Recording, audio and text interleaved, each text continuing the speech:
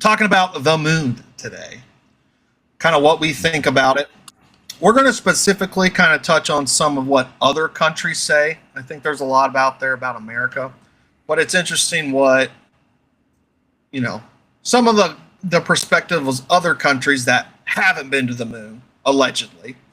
But I don't know. I mean, I guess a good place to start is let's start with, what do you think about the moon landing? Or, I don't know, maybe just the moon in general.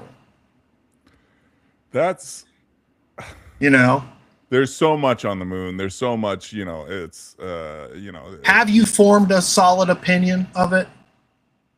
I think it's so tough. Like, yeah, when people say we're not getting to outer space, we're not doing this stuff, like, I think we've been to outer space. And, whether there's a firmament, if you want to get into that belief, if there is, I think it's beyond the moon. Well, that's like that thing we pulled up last week. Yeah. That's the new thing, is the atmosphere. Maybe, that could tie into the firmament. Yeah. And there's just so much. Do I think we've gotten eyes on and we've been up there? Yes. Do I fully believe we've set foot up there? It's tough. Like, I believe we could in the 60s, and then why did we never go back? And we can get into that. Maybe we were told not to go back. Yeah. Could it happen? I believe so. I believe we have the ability to go out there. It's just, I'm not sold. I guess that's my stance. I'm not sold that we 100%. I mean, just all the hiccups that we've seen in the recordings of them on the moon. Just everything kind of seems like, if you look into it, it is possible. People talk about, I'm one of them. My Wi-Fi barely works half the time. Like, how can we get right, a video recording on the moon? So I'm not convinced 100%. I would say I'm on the border that we actually set foot up there. Do I believe we have things that have landed up there in, like, instruments and other things? Yeah. It's just logistically putting someone there, having them come back. I mean, the physics of it are there, like the whole Artemis, like, it's all there. It's just so hard to believe when you see all this shit that's just like, it just doesn't line up. And I kind of have the same opinion. I think that we could have went up there, but there's so many things that just seem to, they make it hard to believe, right? Yeah, like, exactly. And we'll show some of the stuff, but from astronauts' weird behavior, Buzz Aldrin just seems like incredibly chaotic. He'll say stuff like, "We didn't go," or he'll say stuff like, "There's an obelisk on Mars." Then you have the Challenger fiasco. We'll get into that. And then just some other stuff out there. And then the more recent stuff doesn't help. Like, don't even think about the moon, but like space travel. Do you remember when they allegedly sent Katy Perry into space? Yeah. And they get out of this shuttle, and it looks like they just placed it there. Like, there's no, and they're just fine in there. It's just, I don't know. That seems... Yeah. No, you're right. I was going to say, kind of on that, you got me to think about something, and me before I lose it. Everyone talks about, like, the heat dissipation and stuff. But if you look into, like, some of the ceramics they use, I mean, I'll look into it maybe if we get to it, if we don't. But, like, you can make these things red hot. And they, I don't know, like, they cool down so quick you can almost pick them up with your bare hands, like, very shortly after. And so when it comes to that, and people are like, "Oh, well, wouldn't it what do they call it? The rocket problem?" I think it's like a dubbed term in those fields, that, like, you have weight to strength to speed to heat dissipation. There's all this. It's the rocket problem. Like, okay, we want to be able to make this thing faster and be able to say maneuver. Okay, well, we need to make it heavier to do so, stronger. Okay, well, the metals we have that are stronger will heat up and melt. But like you said, it's just so much of it, even like that one specifically. And I think there's the gray area effect on that. Like, what do you call in outer space? Like, how far did they put them up? Like, just so they lose G-force, like SpaceX was supposedly doing for a while when they sent people up there. Like, you're gonna have 0 G for 10 seconds. Oh, and now you're back down. Like, bare minimum. Oh yeah, they went to space. Like, Right. Is it better now, Queck? Sorry, I wasn't trying to interrupt you, but Queck said it was flickering. I switched it a little bit. I'm watching on my phone as we're talking. It seems to be a little bit better. I don't see it switching now. But oh, when it was doing it switches our faces. Yeah. And I don't see an option to turn it off, so I'm trying to keep it here. But kind of going back to what you were saying, like, there's so much fake stuff that doesn't help. And then also, one thing that's always thrown me off, and we could start showing stuff here in a little bit, but I think this is a good introduction, is the Stanley Kubrick film. He made that before we went to the moon. And I think it's a very incredible that he was able to make that movie. And he started filming it even earlier, because it took him like 2 years to film and produce that movie. He started filming it in 1966. Came out in 1968. I think we went to the moon in 1969. And, the theory has always been is that he filmed the moon landing. And I could... Yeah, it's all done. Like, when you look at the footage, it's so easy. Like, this could have been done on a Hollywood set. Yeah. Like, there's no... And that's where it's hard for me. There's no, like, in-your-face evidence that, like, yeah, this is the fucking, the moon. So, I mean, we can start with this. This is something I want to share because we were talking about different countries, and we're going to move into some more evidence stuff. But I got two trains of thoughts on this.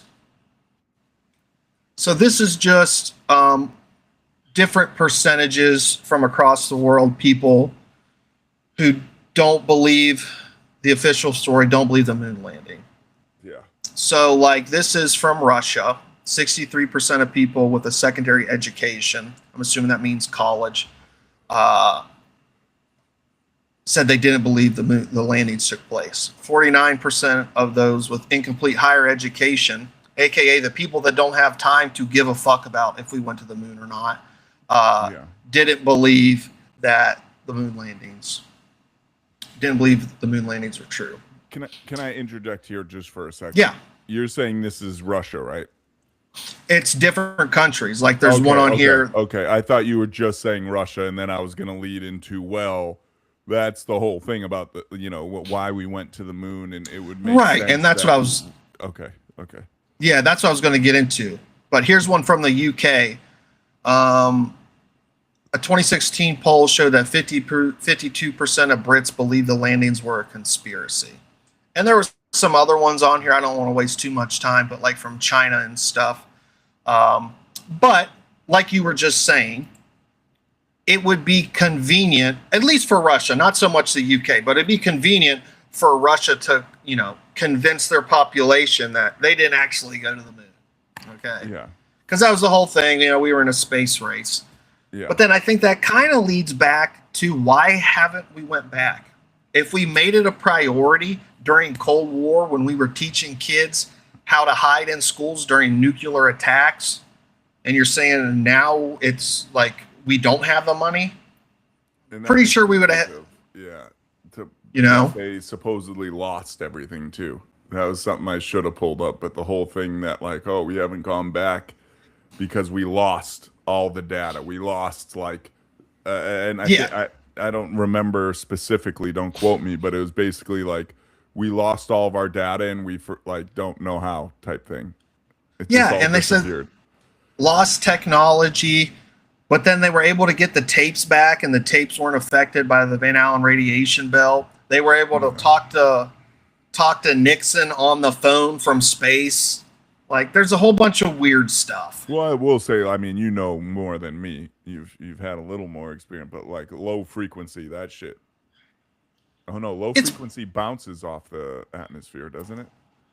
Yeah. You need to use HF to get through. That was always my biggest thing to it. Is like, how were they so able to do this in the 60s? Right. Like, that's almost shit. The 60s or 60. Literally, we're approaching 60 years since they went to the moon in a few years, and we're just now getting back to orbiting the thing. Yeah. Like, I don't know. That's where we can kind of roll into, like, let's just assume we did go, right? Let's assume we did go. Yeah. Why haven't we been back? I think there's a lot of interesting stuff, like, you know, and this is where it's going to lead us into what the other countries have found. You know, this is from Russia, what we're going to show here. And it's, let me pull it up here real quick. But it's from their Phobos. It's like a Phobos is essentially their rover. I can't think of the name of what we call our rover, but that's what theirs is. Sure, I got the quality up here. In 1989, as the Cold War neared its dramatic end, the Soviet Union embarked on one of its most daring space missions. The destination was Mars, and the objective was its enigmatic moon, Phobos. The spacecraft was called Phobos 2. And Phobos is like would fit in Chicago. To give you an idea how small it is, I think both of Mars's moons would fit in Chicago. They're tiny. Yeah, and I also have something I want to show of Russian cosmonauts saying that one of not only the moon they think was an artificial satellite that was put there, but also one of one of my favorite theories. Yeah, one of its satellites says it transmitted something that would spark debate for decades to come. Yeah, there it is. That is what Phobos caught, and it was at the time. You can find pictures of them holding press conferences showing this. What am I looking at? Oh, a flying disc. Yeah. Okay, I'm looking at the. Just moments before contact was lost, Phobos 2 sent back images that appeared to show a huge, shadowy, unexplained object. So that's Phobos, however you say it. That's something else. Okay. And it was right before they lost contact. Yeah, they were fucking kicked out. So, nope. Lurking near Mars and its moon, fueling one of space exploration's most enduring mysteries.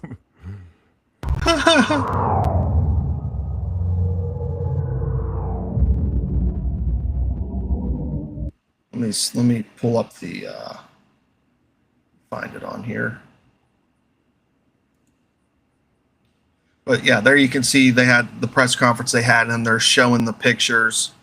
And then I don't know this one up here if it's just a different exposure of the same pictures or not. But yeah.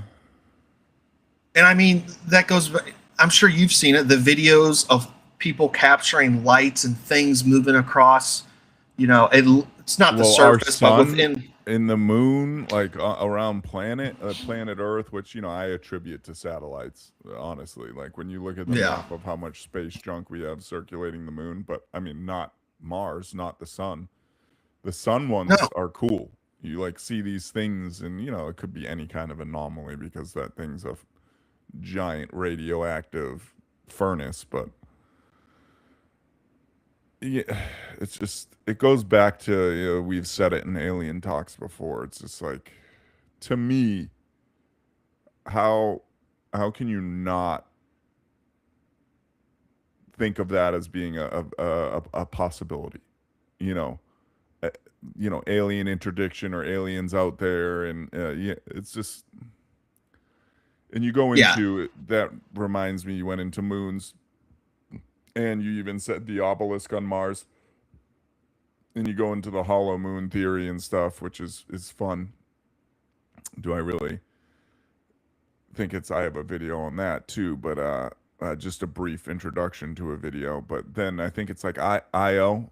Was it Io? One of Jupiter's moons. I think it's Io. They think they've seen in imagery a very similar obelisk to what they have seen on Mars, and it leads into the hollow Earth theory, and that these moons, because you go into geosynchronous orbit and you go into the likelihood of, one, we're on this beautiful lush planet, two, we have this moon that perfectly sits in our, and then you can go in deeper into shit and the ratios and all that stuff.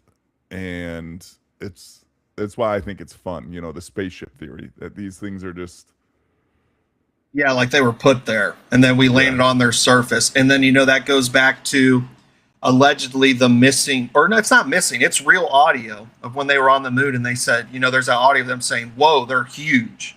Like, what are they talking about? That's I think one of them, or there's some video floating around out there, and when you see it, it's just hard to really be like, oh, that's real. I think it's from Apollo 20 or something, where like, oh, there, it's center frame, it's in the center, and this thing stands up on the moon, and it's like this giant fucking. I could pull it up. Like I'll pull it up just for shits and giggles, because I don't want to say I think it's real. Okay. Or you're pulling that up, I'll kind of lead us into the whole. Yeah. I think it was Apollo 20. Schmidt says, "I'll sit my moon perfectly in." Yeah, that's Schmidt for you. We love him though. But He's I mean, big bearded pervert. Oh, right here. Okay, it is Apollo. Okay, well, I'll pull this down, and then you can share it real quick. Yeah. Oh. Someone's. What? Mine? Oh, it is mine. Crazy, dude. I thought I was losing my goddamn mind. Holy shit. Sorry, guys. Sorry. I thought I was getting taken over. Yeah, no, that's a great point, Quex. How like everything they ever show us from space has Game Boy graphics. Like it all seems like it was filmed with fucking a potato. I don't know if this one has the audio in it, but is it up? Yeah, it's up. Okay.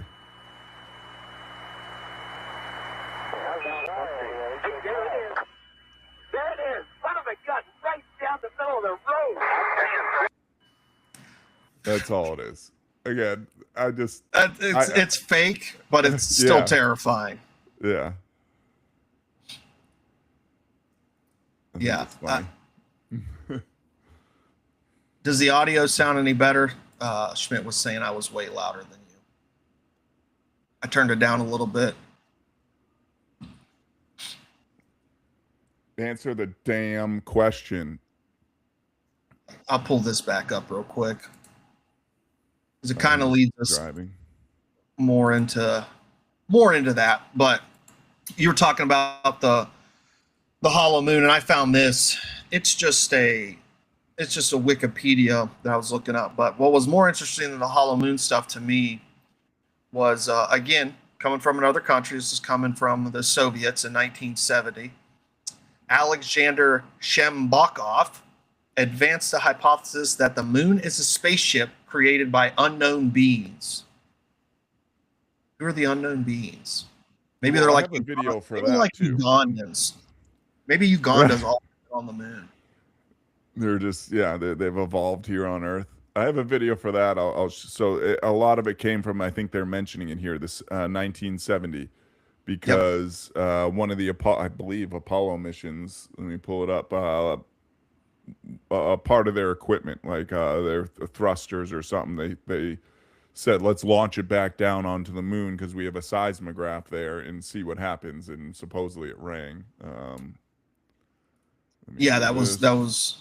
Yeah. Okay, he said the audio is better. Sweet. But it also goes into how he was referencing an earlier astrophysicist who said that Phobos was an artificial satellite.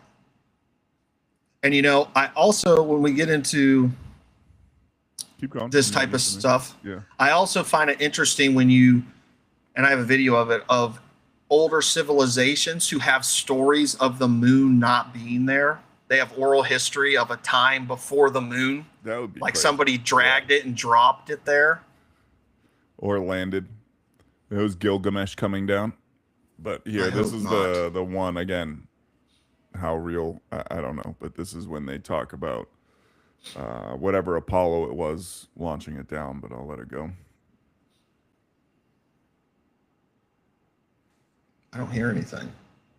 Oh, that's probably my fault. Hold on, I forgot to click the button. That's the only thing I don't like about. Let me stop sharing and share again. Because you have to click share audio with it.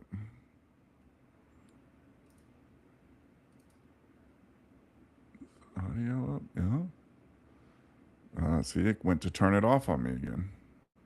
All right, now it should work.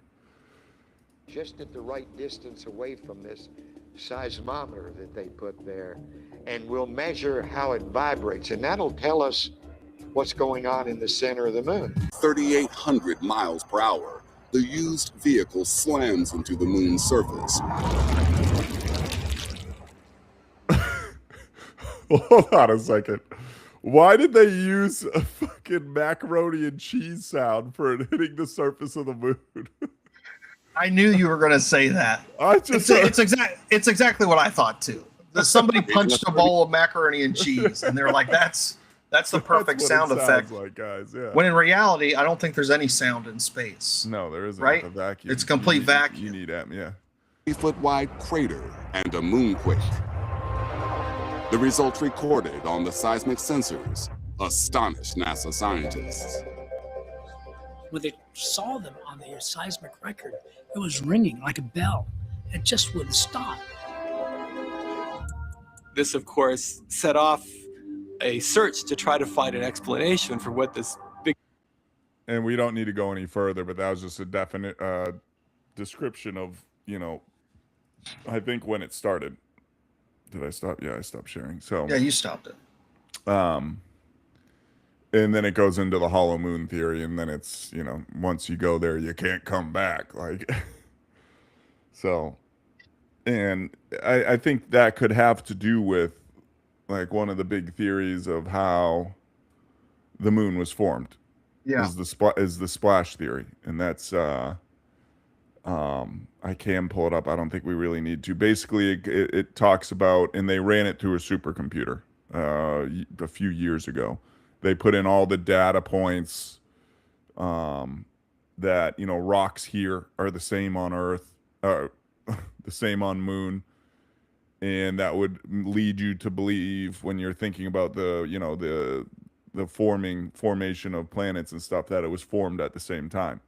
And so this theory is that a planet about like the size of Mars or something hit Earth, or at just after Earth was formed on a cosmic time scale, and it pretty much liquefied both planets when it got hit, and it like has the points, and so it hits and it basically comes apart, and then a big chunk comes back into liquefied Earth, and they're rotating, and then the moon solidifies and the Earth solidifies, and that's why it's the same. And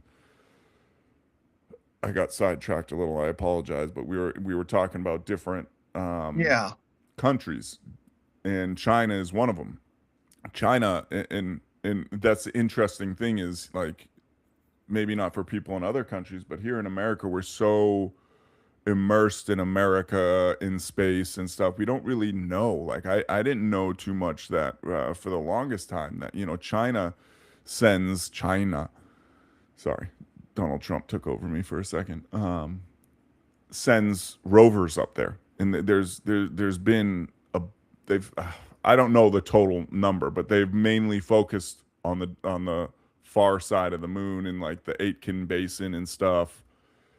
Yeah, they've been heavily focused in like, you know, that dark side of the moon. Yeah. And you know, it's just interesting. Like, why are they? And I guess it would make sense to go there because we have enough optics now to where we can pretty much study the side that faces us in pretty high detail. They've been 6 times. Okay, 6 times. Does it say how many? And that's just 2024 to 2025. Okay, well, okay, yeah. So supposedly, from what I they're going a lot. Yeah, they're going a lot. They have rovers up there, and they're focusing on the backside. So it's another window into, like, you know, we're so caught up in what we NASA. Right. But what about these other countries? You know, there's got to be something interesting up there, though.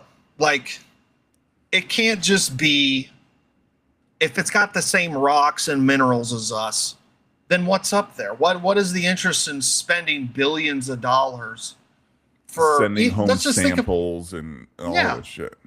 And just think about from other countries, you're spending billions of dollars to be second place.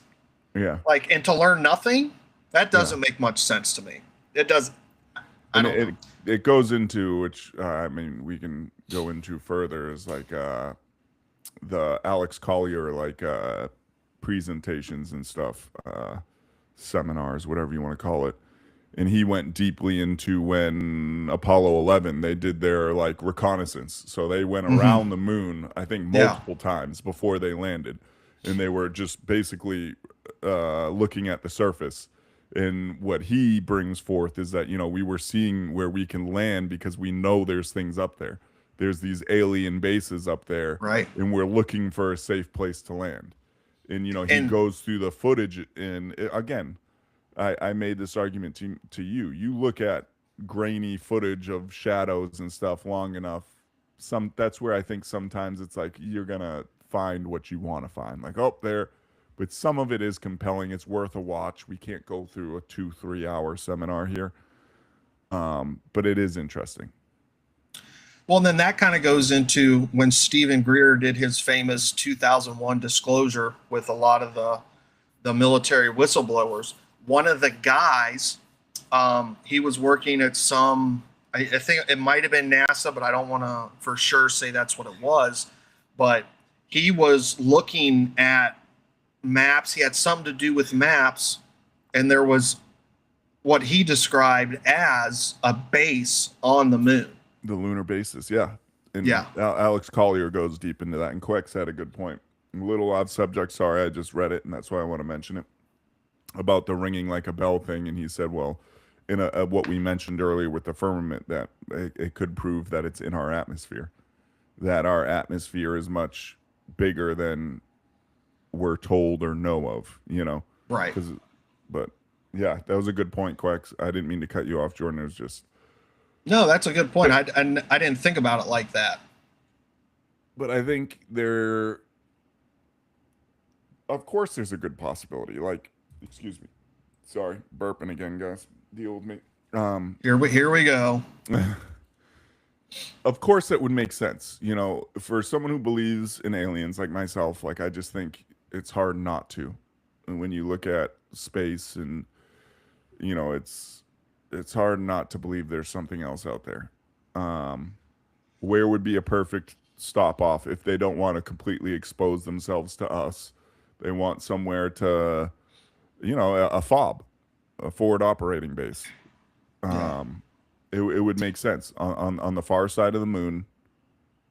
Put stuff down there, you know, have a big, say, like frigate or something drop off, whatever, you know, supplies and stuff. So now it's easier for you to make a stop. Boom, refuel if they even need fuel, and you know, head back or whatever. Yeah, I don't know. This one's always tough for me because I still fall into the categories that aliens just could be demons. Like, I still fall into that category. I think just because they're even if they're in space doesn't negate the fact that they could be demons. You know, you hear the story of when the fallen angels came to Mount Hermon and they taught people different stuff, like how to make metals and magic and stuff. Who's to say they were cast down from heaven. Who's to say they couldn't build, what we think of as a spaceship? Oh my Lord, dude, you just made me think of something I saw today. I'm gonna try to find it. I don't know how much it lines up. You or Quex are the more, but it's basically on all of the big impact craters that we know of on Earth, in the amount of them, and they line up to the Bible of when they came down to Earth. I don't even know how to search this, but it's Schmidt 200. said, "What if it's 200 and something?" The big craters we know on Earth, and none of them are side impacts. Most of them are straight down impacts. What did Schmidt say? Oh, so Schmidt said, "What if the aliens are drilling our moon oil?" He would then say that. He works in oil. Yeah, that justifies us going up there. Then we'll get you. What do you think the per diem is for working on the moon? Sign me up. The per diem for moon rigs has got to be crazy. All right, what am I trying? What is it? A worm? I'll be a worm up there. Just give me that per diem. I'm good. But we gotta get the moon oil. Yeah, it's just I got sidetracked, but that was an interesting part. But okay, yeah, it went back to a lot of what I feel is that there is if these are aliens, they're not really traveling through space. Whether it's the wormhole theory, folding a piece of paper, it's the closest point you can get between two sides of the paper is folding it, whatever it is. When you think of the vast amount of space, you think of how much area you need to traverse. It just doesn't make sense that, allegedly they're like flying in. Allegedly, yeah, they're flying in, but. Even if it is a wormhole theory, they might need to refuel, they might need to, or observation, or so. If you're not going transdimensional demon theory, it would make sense to have moon bases. It's the closest other body to Earth. It's not, doesn't take a rocket scientist, huh? Sorry, I thought that was good because we're talking about. You're good. I think I found what you were talking about with the moon. The moon craters could possibly have been when the fallen angels were cast down. Is that kind of what you were talking about? Well, it was Earth craters. It was craters. Earth craters. Earth. Sorry. Yeah. Okay. Yeah. Like there's 213 or something, and supposedly in the Bible, or I don't remember. I'm gonna turn. But it was something along those lines.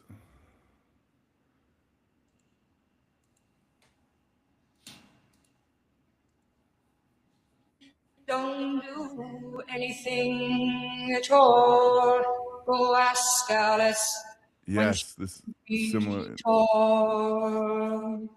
When or is it different? But it was along this. It shows the map. One pill makes you larger, and one pill makes you small, and the ones that mother.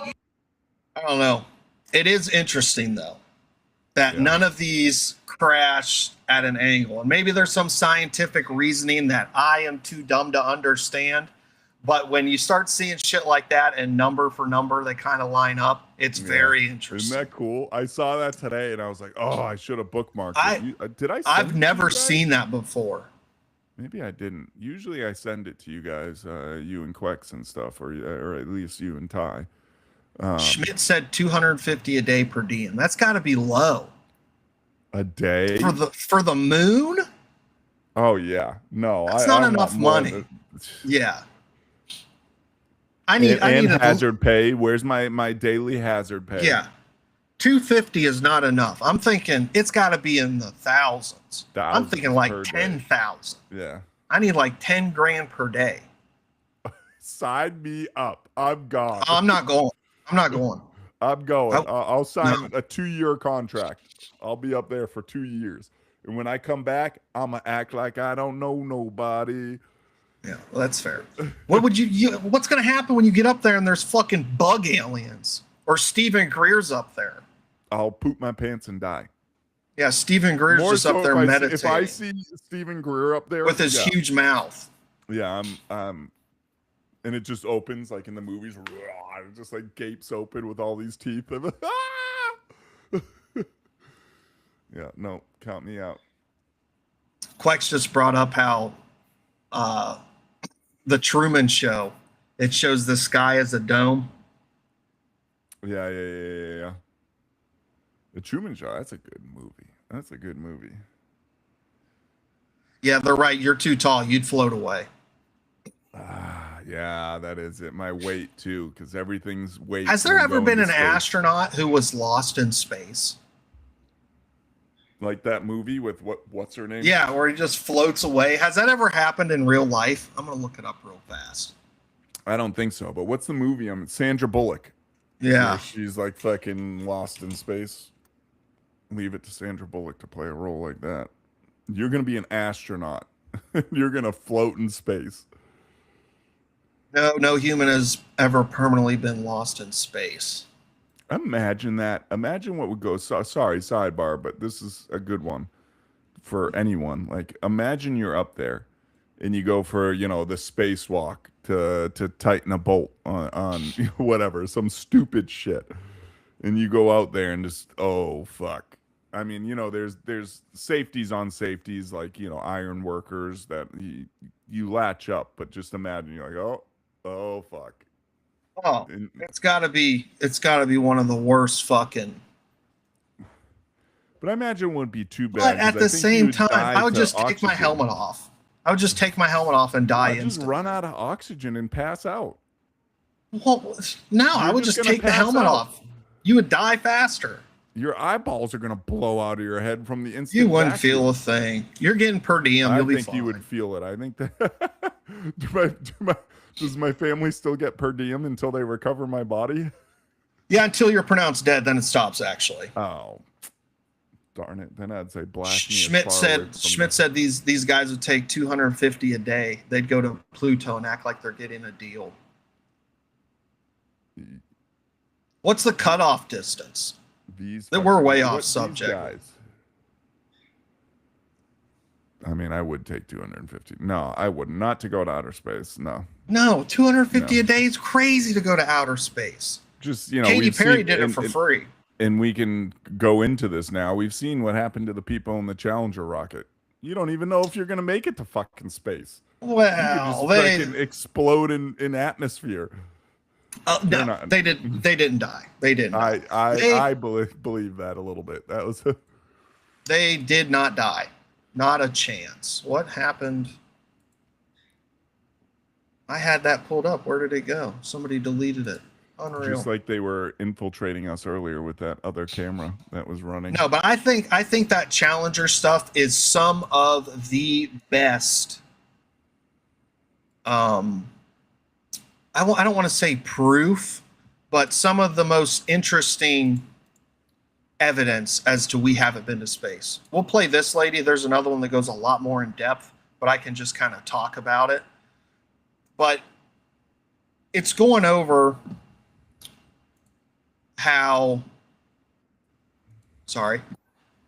all these astronauts, and keep in mind, when did the Challenger when did it happen? 90s, it was like, right? It was late 80s, early 90s. Yeah. Oh yeah, look at all the hair. Definitely late 80s, early 90s. Let's just watching the Space Shuttle Challenger explode on TV back in January 1986 was absolutely awful, traumatic. 73 seconds into its flight out of Cape Canaveral in Florida, the space shuttle blew apart, and you knew instantly that all 7 astronauts were dead. 3 of the 7 astronauts were Judith Resnick, Dick Scobie, and Michael Smith. This is Judith Resnick, the astronaut from the Challenger, who died in 1986. This picture is of Judith Resnick, who is a current professor of law at Yale University. And again, this always gets into my things. What are the odds that 2 people with the same name would have incredibly rare jobs. One of them an astronaut, one of them a professor at Yale, and look so similar. And that kind of brings me into the theory of like, I'll just touch on it again because I say it a bunch. Excuse, I can't talk. Sorry, guys. It's almost like rubbing it in your face. If it is like, yes, yep, right in your face. Didn't even change the name. What are you gonna fucking do about it? Nothing. Well, I think this type of stuff is they could get away with it. Yeah, I think it's 1986. I don't know I don't remember the names of the people who just left on the space trip. So people are going to forget the names. She could just go to Yale. But some people aren't. And how hard would it be to go give me a piece of your hair? You know, NASA probably has DNA data. I mean, you know they do on their astronauts. True. There's no chance that they don't. Knowing the government, I mean, not that it was private back then still, but even still, you know, it's everything because they do full health workup. They know you can match. All right, give me your DNA sample. All right, give me, and that leads you. They'd probably be smart enough to be like, okay, here, and it's some random person's DNA. See, they don't match, but yeah. Diversity. They were born about a year apart. This is Michael J. Smith, the Challenger astronaut who died in 1986.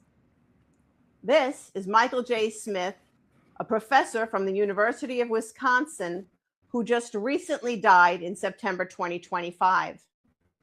And they were born 12 days apart. This is Dick Scobie, commander of the Challenger, who died in 1986. And this is Richard Scobie, CEO of Cows and Trees.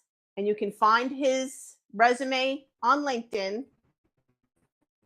And he is still living. And I can't find a birth date for him online. By the way, Challenger astronauts Ellison Onizuka and Carl McNair have brothers who look just like them and who are living. Identical.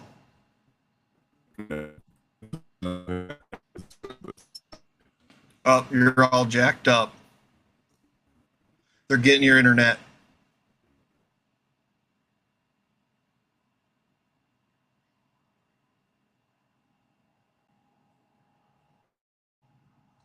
I think they're the same people, Quex.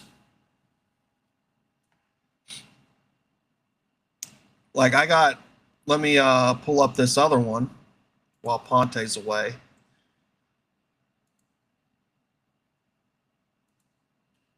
This is a little bit of a longer video. 3, 2, 1, and liftoff.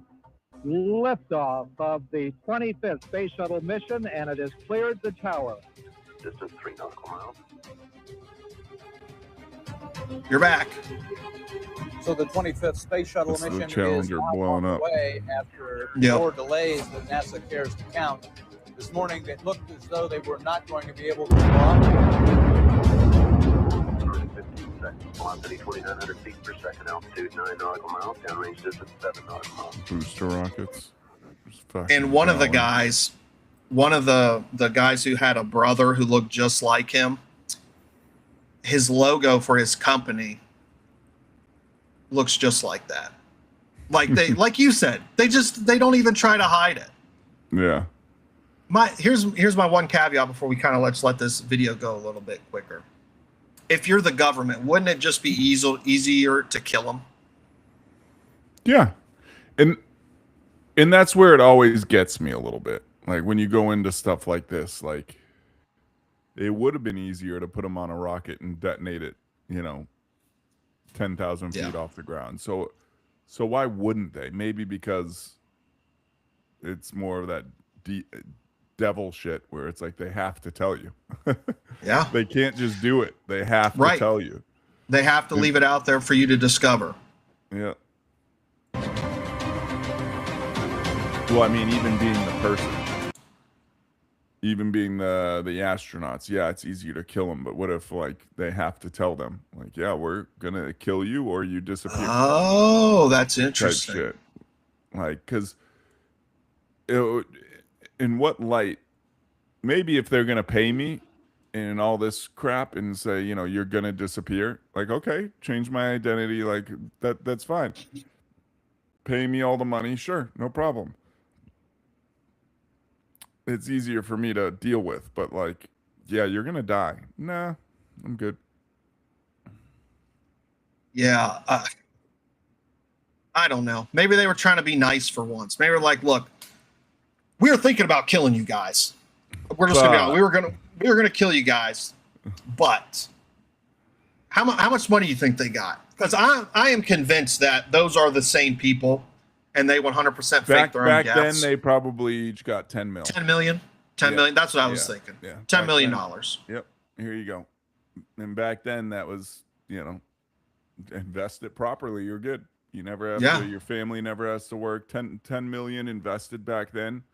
If you rode out the dips, you know, that's probably hundreds of millions today through you know, time and investment. Yeah. I did see that video. Quex was asking if about that video that supposedly shows the astronauts leaving the Artemis before it launched. Oh, the zip line one? Yeah, but I think those are made to go down once it launches.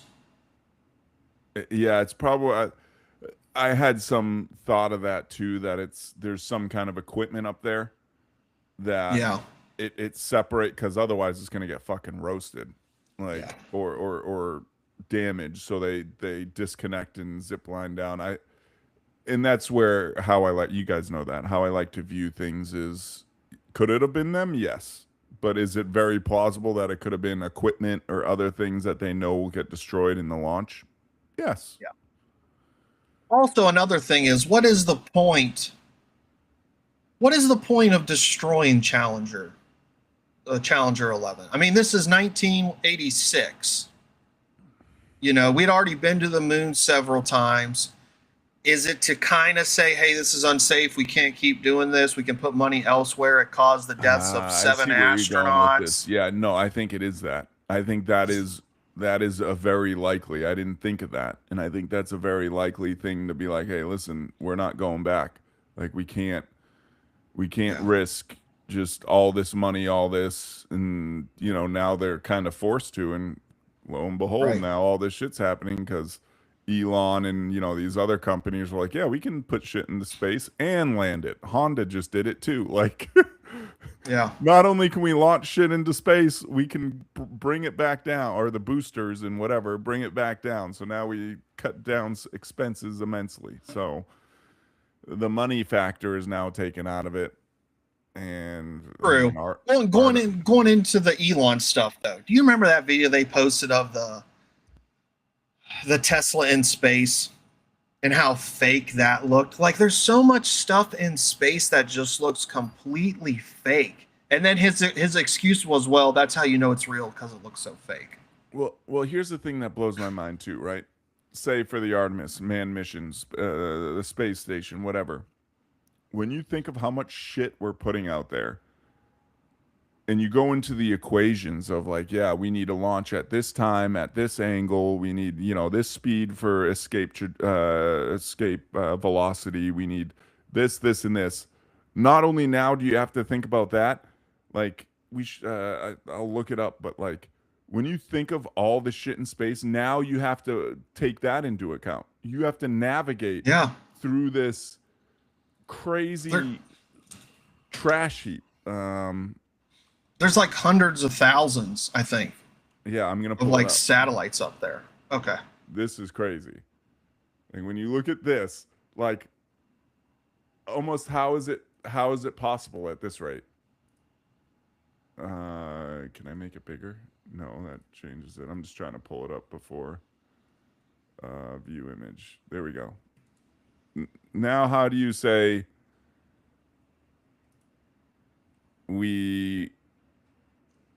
I can just take over window.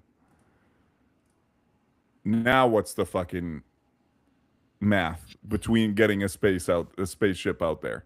Because not all these are stagnant. They're not geosynchronous, whatever, or they don't stay in one spot. Not all of them. Some of them like are meant to, the deeper space things I think can stay in one spot. A lot of these are rotating around. So it's like, okay, we need to launch this time of year, this to go out there and intercept the moon path. Like, where's the math there? Like, that's where it gets a lot harder. You'd have to be tracking the trajectory of all these things, speeds they're moving, how to avoid it. Like, it's just so much stuff. I don't know. And then that's not even. I'm willing to bet you this isn't even showing the low Earth orbit stuff, like tens of thousands of ones Elon's got up for his thing. What's that called? Starlink. Yeah. That's just where it leads to me more on the side. You know, I'm always back and forth, and that's just how but it's hard. Just the math is crazy. The math has got to be absolutely crazy. We have to launch specifically at this time. Okay, we missed launch window by a minute. We can't go now because a space debris, you know, a piece of a satellite's going to hit the windshield at, 30,000 miles per hour. Yeah. And then you go into things like, how do I stop sharing? I don't need to, stop sharing. Then you go into things like, not man-made, just natural space debris, whatever you want to call it. Shit moving, micro meteors, whatever they call them, moving at ungodly speed out there that supposedly can just rip a spacecraft apart, and you can't track that shit. No. So now you're talking about that moving through space all the way out there, all the way back, and you're not, hitting a pebble at, 100,000 miles per hour. Like physics determines even if it's a pebble, it's going to cause damage. Like, right. And when you look at all that stuff, that's where it gets hard for me. Like, maybe they're made to take that, but then you go into the rocket problem, like I was talking earlier, like strength over weight over heat dissipation. It's just like, how do they make windows? What? Maybe there's stuff I don't know. Maybe there is a ceramic clear compound out there that can withstand the heat of atmosphere re-entry and not melt up. Well, I'm sure there's a whole bunch of stuff we don't know. Of course, yeah. Here's one thing I'll say. If we have the ability to detect a heartbeat of one specific individual 40 miles away, I do think we have the ability to do all of that. Well, and get me, I won't go too far off, but a lot of people are saying that was just politicians that don't know what they're talking about, explaining that the rescue receiver that they have, it transmits in the pattern of a heartbeat. And so they're saying, oh no, these guys are just stupid politicians and talking on shit they don't know. And the heartbeat was the transmitter on rotate transmitting in a heartbeat, and they're saying stupid shit. Nah, it's way cooler to think they detected the heartbeat. I mean, oh yeah, for sure. I'm going to stick with that. A grain of sand in the desert 90 miles away. Like it. I mean, I don't doubt it. It's alien tech if it is real. Oh, 100%. And that's one thing I wanted to get into, because I don't think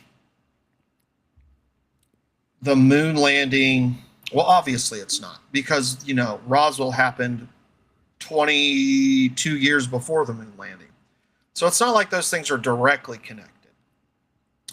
You could make the argument we were getting up there to figure something more out about it.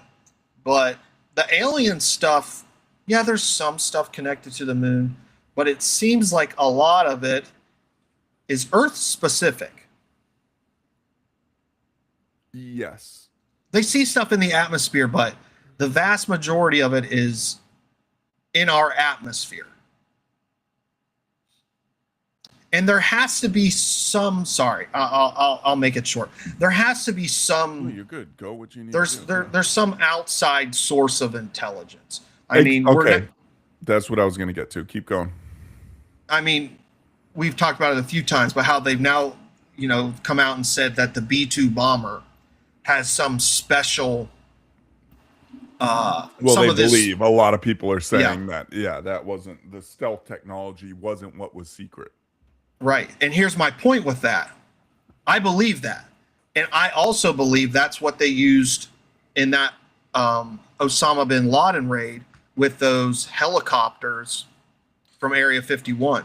Because when you see the helicopters, you're like, what? When you see the tail section and stuff of it, you're like, Yep. That's nothing I've ever. And Yes. I guess they're stealth, so that's why they have all this different. But the thing Well, that leads. Go ahead, keep going. Sorry, I keep cutting you off. No, I was going to say the thing that is incredibly weird about that, it's not tested like a normal helicopter. Like I was watching an interview with a Delta Force commander, and he was saying before that mission, he had only heard like rumors of those types of things. Like it's not like they were testing these with even the highest level guys in the military. They were keeping this thing locked down in those type of places because it has that tech in it. Exactly. And that goes I still have my thought. That goes to my thing where you see people comment on, our military technology. Like, it makes no strategic sense. There's no release documents. There's nothing on what we really have. You can't say, in what any military, Russia, China, anyone. They're not going to come out and say, yeah, we have this. No, we're years ahead. We're only going to show our cards when we absolutely need to. There's no sense in bringing something out, in like the race nowadays, for like 6th gen, 7th gen, all these different gen fighters and stuff. Like, everyone's probably holding shit in their pocket until it's a throttled output. You're not going to put out your best shit and then everyone know it. No, you're going to, let's bring forth this technology now just so we can beat these other guys. We can keep everything else in the bank. And what that leads me to is what I wanted to speak with you. It was with the influence. It's like, back then especially, you think about what we had.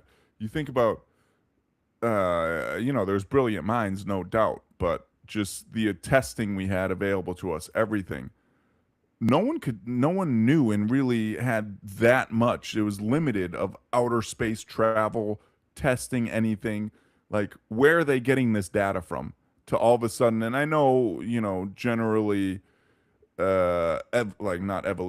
evolution of knowledge and technology is exponential. You learn things and then, you can piggyback and it just goes faster and faster. But all of a sudden from the 40s, Roswell happening, and then 20 years later, we're in space. We put people on the moon.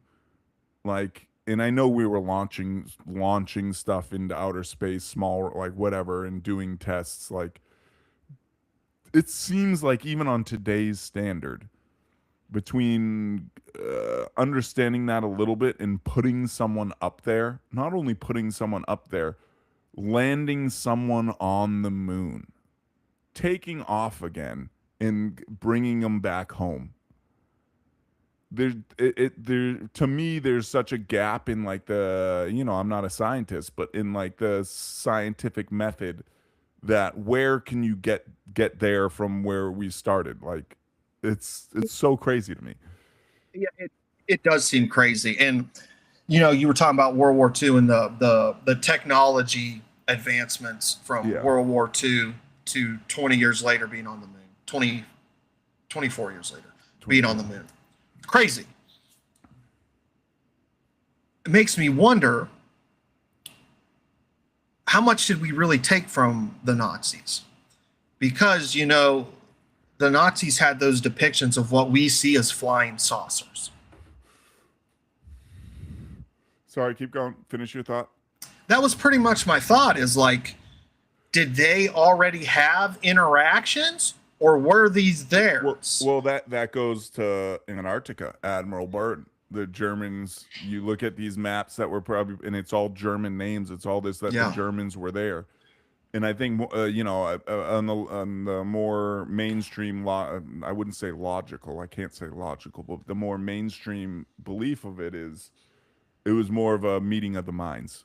I think, like Project Paperclip was a real thing. We brought their best scientists in. We did all this, and it was more so, well, we have this, you have this, boom, boom, boom, boom, boom, and there was a technological explosion. But it was something you said that made me think of it. Supposedly, the president of Argentina I don't know if this is real. Don't quote me on this, anyone. Supposedly he has jumped on the disclosure bandwagon from what I read and disclosed information that Hitler was never killed. He was in Argentina along with, again, this could be all fake. It could be all just a stupid, it was on Instagram, so we know it could very well be fake. But suppose what it had said was he had jumped on the disclosure bandwagon and said, yeah, Hitler was in Argentina. The CIA knew, or back then, I don't think it was called CIA yet, but the U.S. government knew, and we were down there recruiting scientists and these people to come up and work for us. You know, man, Antarctica is so weird. Do you know in 2016, Pope Francis, the patriarch of the Russian Orthodox Church, and John Kerry all visited Antarctica? Yeah, they were getting read in, dude. Dude, like, why? What need is there for them to go to Antarctica? Yeah. Quacks, I remember that, and it makes sense. Yeah. Yeah. Oh, that's a discussion for another day, but I 100% believe that Hitler did not. I mean, they've examined the bones, and it was a female's bones. And when you just see, it's just pattern recognition. Like, anyone can really see how we've operated. I mean, and you have to roll it back. And that's the biggest thing for me, is rolling it back. That we didn't have social media. We had radio. We had, like, the dissemination of information was so much slower. It was so much easier to get away with shit back then. And you see how we overthrow shit. And you see, you know, oh, Trump going in, we're going to do a regime change. And like, no, we're not going to do a regime change. We're okay with these radical Islamic group ruling over Iran and still causing, you know, the people of Iran immense problems. And in some of it, I will agree with them. We can't go in. We can't. It's up to them to an extent. It's up to their neighbors to an extent to go in there and change the regime. It's not up to the American people at this point. We can use our missiles. We can use that shit. Different time, different talk, whatever. But you see how these things work, like geopolitically. And it makes so much sense that he was at the end of days and it was like, hey, listen, man, you want to get out of here? War's over. You're killed. Okay. Yeah. See you later. Yep. That easy. Top scientists, top generals.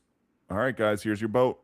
Be gone. You were killed. There's CIA documents from when JFK was in office of them trying to figure out where he was to get in contact with him to fight communism in South America. And when you look at, that's another thing we could get into. I think we should do a World War II because I think, you know, we're all somewhat into it, or some of us are, is when you hear old German dudes talk about it. And they're like, no, like, it wasn't about this. It wasn't about, you know, killing the Jews. It was about stopping this ideal spreading across Europe. And like, you know, these old dudes that were just, you know, 50 years past, 40 years past, like they don't have any, they're not held responsible. Like, they have no cards in the game anymore. And they're like, no, that's not what this was about. And they come out and say this stuff. There's a few videos I could probably find, not now, but along those lines. And it's just, again, going back to the moon and our Antarctica, I just think there was a deal made. Maybe they did find something up there. Admiral Byrd probably found something up there and, you know, was brought back and debriefed and said, you can't say shit. So he said, all right, I'm going to have someone find my journal. And then we brought them all to America, and then we're on the moon. If we were actually on the moon, that's the only way to me to where we go from propped planes to feet on the ground on the moon in 20 something years, 24 years, whatever, 25 years. Yeah. There's no other way to think about it. No. The technology advancement just doesn't make sense. To go from, we were just starting to develop like basic jet engines. like not breaking sound barrier jet engines. And then 25 years later, we have a rocket capable of going to the moon. You have to match the trajectory of the moon, all this stuff. It's just, there's no way. Without real computer learning like we have today, like algorithms to aid this, and nothing like that. And no doubt, you know, I am a believer to an extent. You know, great times cause whatever the saying is, drastic, or you know, men are rise to the occasion so much, or man does. But even still, like with the learning capabilities we have today, I mean, even more so today, we just did it last episode with AI and all this shit. Like, it's just, to me, that's the hardest part. Like, back then, to go from war, to go from propped planes, the beginning of the jet engine, hell, even a very fundamental rocket engines, you know what I mean? Like, and then you go into burning on a rocket engine all the way for exit velocity of our atmosphere, let alone getting out to the moon, building something that can withstand however many thousands of miles per hour you have to do to get out there, like put people on there, life support, you know, navigation, tracking, all of this stuff is just, it's too far out there. It is. It's too far out there to be explained in just 20 years of technological advance, especially in a time when the majority of the world was like recovering. Like Europe was in shambles for those 20 years. It's not like Germany was completely destroyed. Russia was, you know, in a bad spot. Lost millions of people. Yeah. You know, we were the best off, and, you know, just coincidentally, that alien crashed in Roswell, New Mexico, allegedly. But who's to say they haven't crashed other places? I find it hard to believe. That's my thing too, is who's to say, you know, and maybe that was part of it though. You know, I think it is. They had the maintained knowledge and, you know, documents on, say, crashes in Germany. And we brought those guys over, and it was like, oh, well, and then there's those bullet hole, like that we talk about, the S4 movie. And it's like, you know, we have this information on this craft that crashed, and we can piece this together. Well, you know, America goes, yo, well, we have this whole craft, but no, we never had organic communication. Well, then Germany goes, you know, oh yeah, our craft was blown to pieces, but we talked to them. We found a way to communicate, and they said this, this, and that. And that's where it's just the conglomeration of, if that's the right word, of knowledge and information comes together. And, you know, for a brief time, I'm sure Russia was in on the gig before, you know, 100%. The Cold War and that shit went sideways. Well, even during the Cold War, that's what Bob Lazar was saying. That they were there. That's right. Yeah, that the dudes were there. Yeah. Yeah, there were Russians there in the 80s, and that either we quickly kicked them out, decided not to work with them. Yeah. But he made it seem like we got whatever information we needed from them, and they kicked them out. But there were Russians working at S4. So clearly, and I mean, Operation Paperclip, they were doing the same stuff. They were stealing Nazi scientists. Well, if you think we didn't steal Russian scientists too. Right. Like, if you don't think there was some backdoor deals done. All of them. I mean, Japanese scientists, like. Oh, dude. If we get into the Vril Society in full, oh, man. We'll be here all night. But that, I mean, and it does connect to the moon.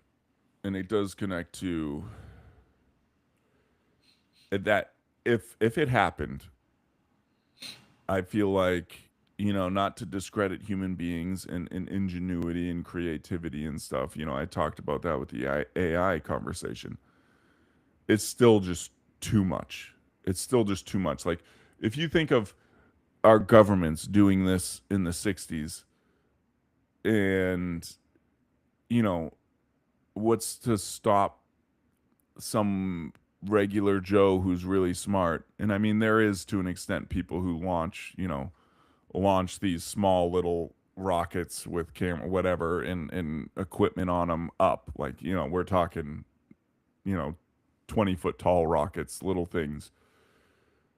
But the advancement, I feel, unless it was guarded by the governments, would be so much quicker in the private market. Why does it take, you know, 50 years or whatever? I forget when Elon first started launching stuff. Why does it take that long for the private sector to get up there if we were able to figure this out in the 60s? You would think even if it were blocked, that someone like Elon would have figured it out before. I think they have.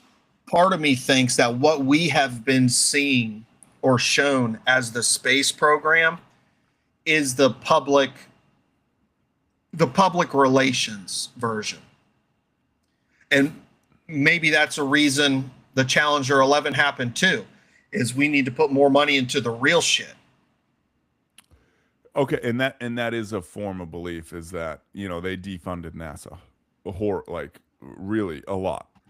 Yeah, because these private companies were doing more than NASA was doing. And okay, and that is a train of thought, and I like that. I like that train of thought, is that the government can say, why are we funding NASA this much when we can fund, you know, Jim Bob from down the street half the money, but he has the drive because he's not stuck in the government cogwheel of, you know, all this bullshit, and we can give him a fraction of the money and he's going to make twice the advancement. Is that what you're saying? Yeah. On the private, like saying the private side, yeah. That's what I'm saying. But what I'm also saying is that we have, and there's been people who have came out and said this, there's even been congressmen asking about it, is we already have a space fleet. We've been out there. Like, we can already travel. That it's all been under the table. It's, yeah, that's where all this money is going. That is never accounted for or anything. That's where it's going. And I can't remember who it is. Rods of God and fucking a fleet out there that can do crazy shit. Or maybe you don't even need people to do this. The one congressman, he was asking about people in traveling out of solar system, and the dude he was asking the questions to said he cannot comment about that in an open setting. So that tells me the answer is yes, because if it was no, you would just say no. And what if, like, shit, like, you know, it goes, you know me, I love soft disclosure, like Interstellar. And you have people who have looked into the spacecraft design in Interstellar, and it's interesting, and say, you know, like, if things were properly done in, you know, whatever, way beyond what I know, is theoretically this craft could do wormhole or timed or whatever you want to call it, could do this type of travel. If you think of, you know, and again, for them, what we know, what they put out is it's all theoretical, but theoretically this craft design could jump. And it's like, what if it all along, again, they're, you know, demon shit, just being open about it. Yep, we're going. We have time travelers, and that's where you get these people with cell phones in a Mike Tyson fight in the 90s, like for real. Yeah. Quack said, like, India finding water on the moon. Have you ever seen videos of the India space launch? No. It's probably the fakest thing I've ever seen in my life. Let me try to find it. I was gonna say pull it up because I gotta pee, but I want to see it. Go pee. I'll find it and I'll bring it up while you're gone. All right.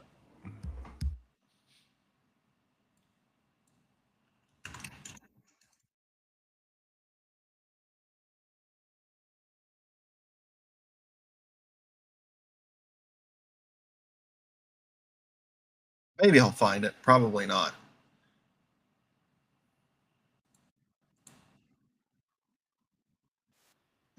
Here it is. Here it is.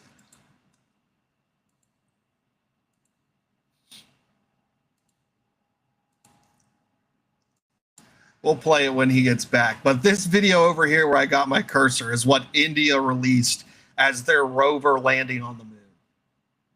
I don't want to play it until he's back, but it is so obviously fake. This guy's not convinced. He's just pissed to be there. They're cutting into his fucking tea time or something. He's like, yes, yes, yes, we landed on the moon. Very nice. I have to go.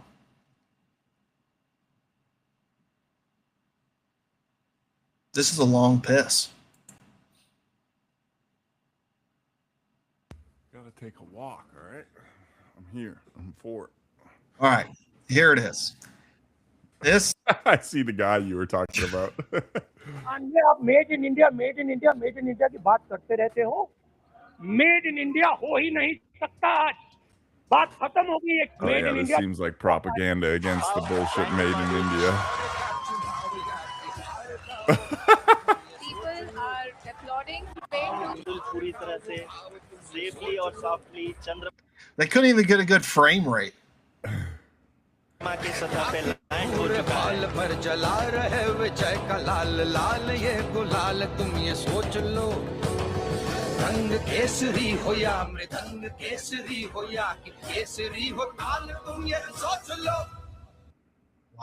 Incredible.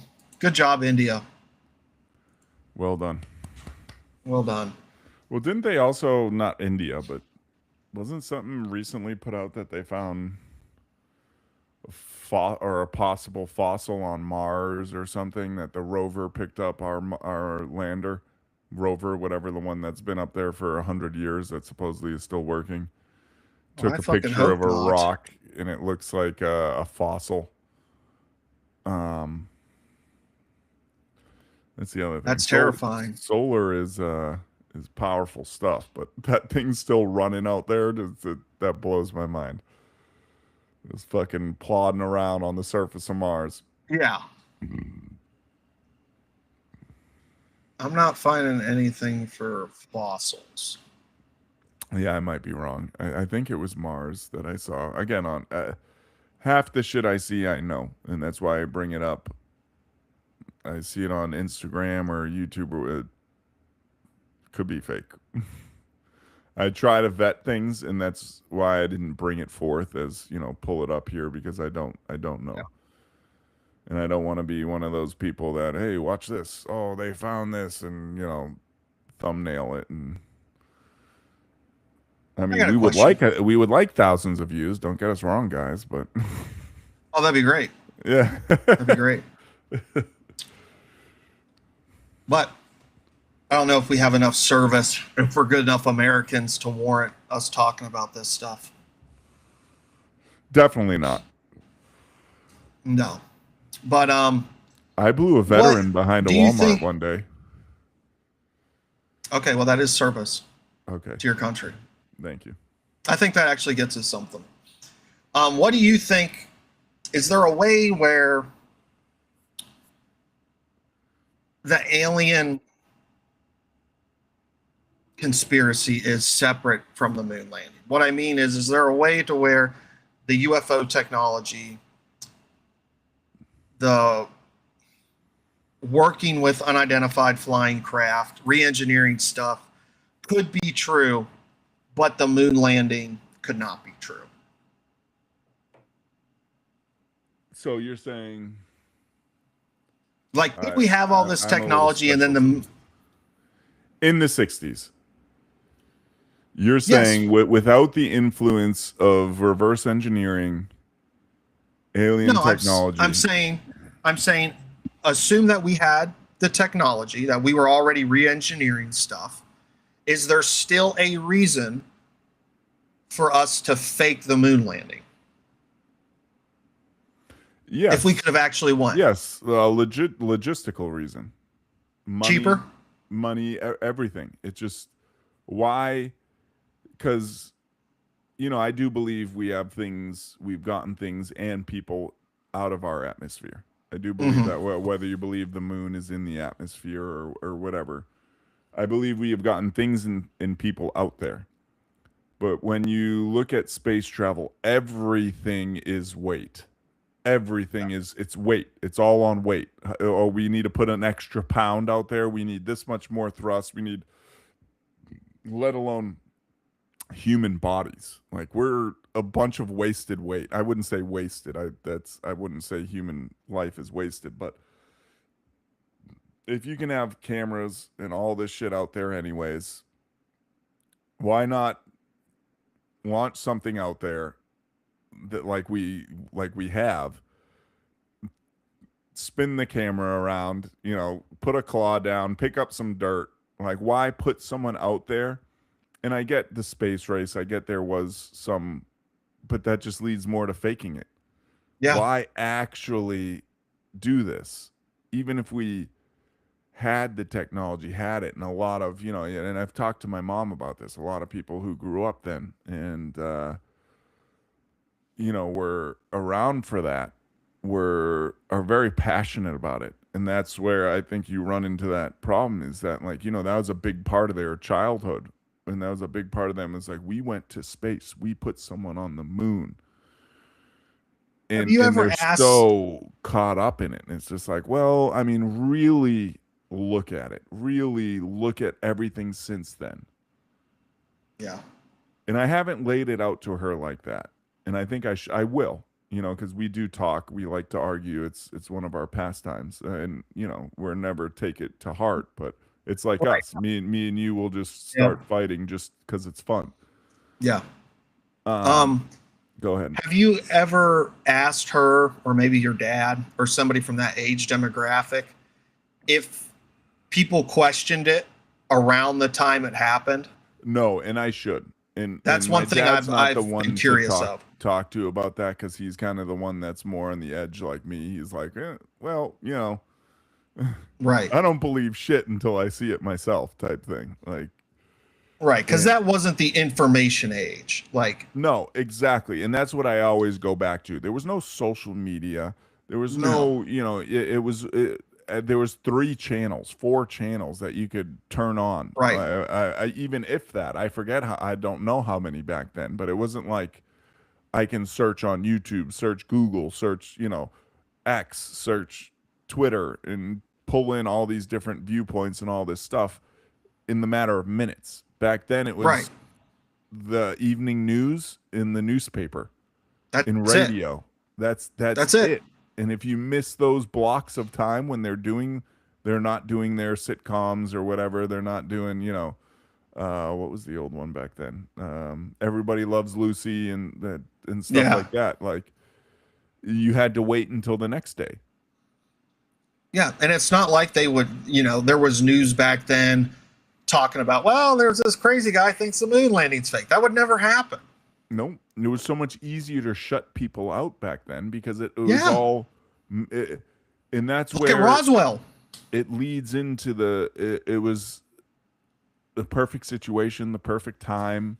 Yep. Whether they knew this, if it's a deeper fucking understanding of things that we don't have, that they do, or maybe some of us have, because we think like this. But back then, the common people didn't have this. It was true.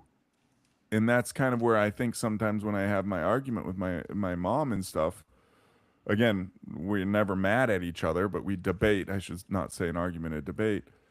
Is that, like, you were so, like, indoctrinated almost. Like, what you heard was the truth. You never really looked at it as what is being told to me on the news, what I'm reading in the newspaper is altered or fake.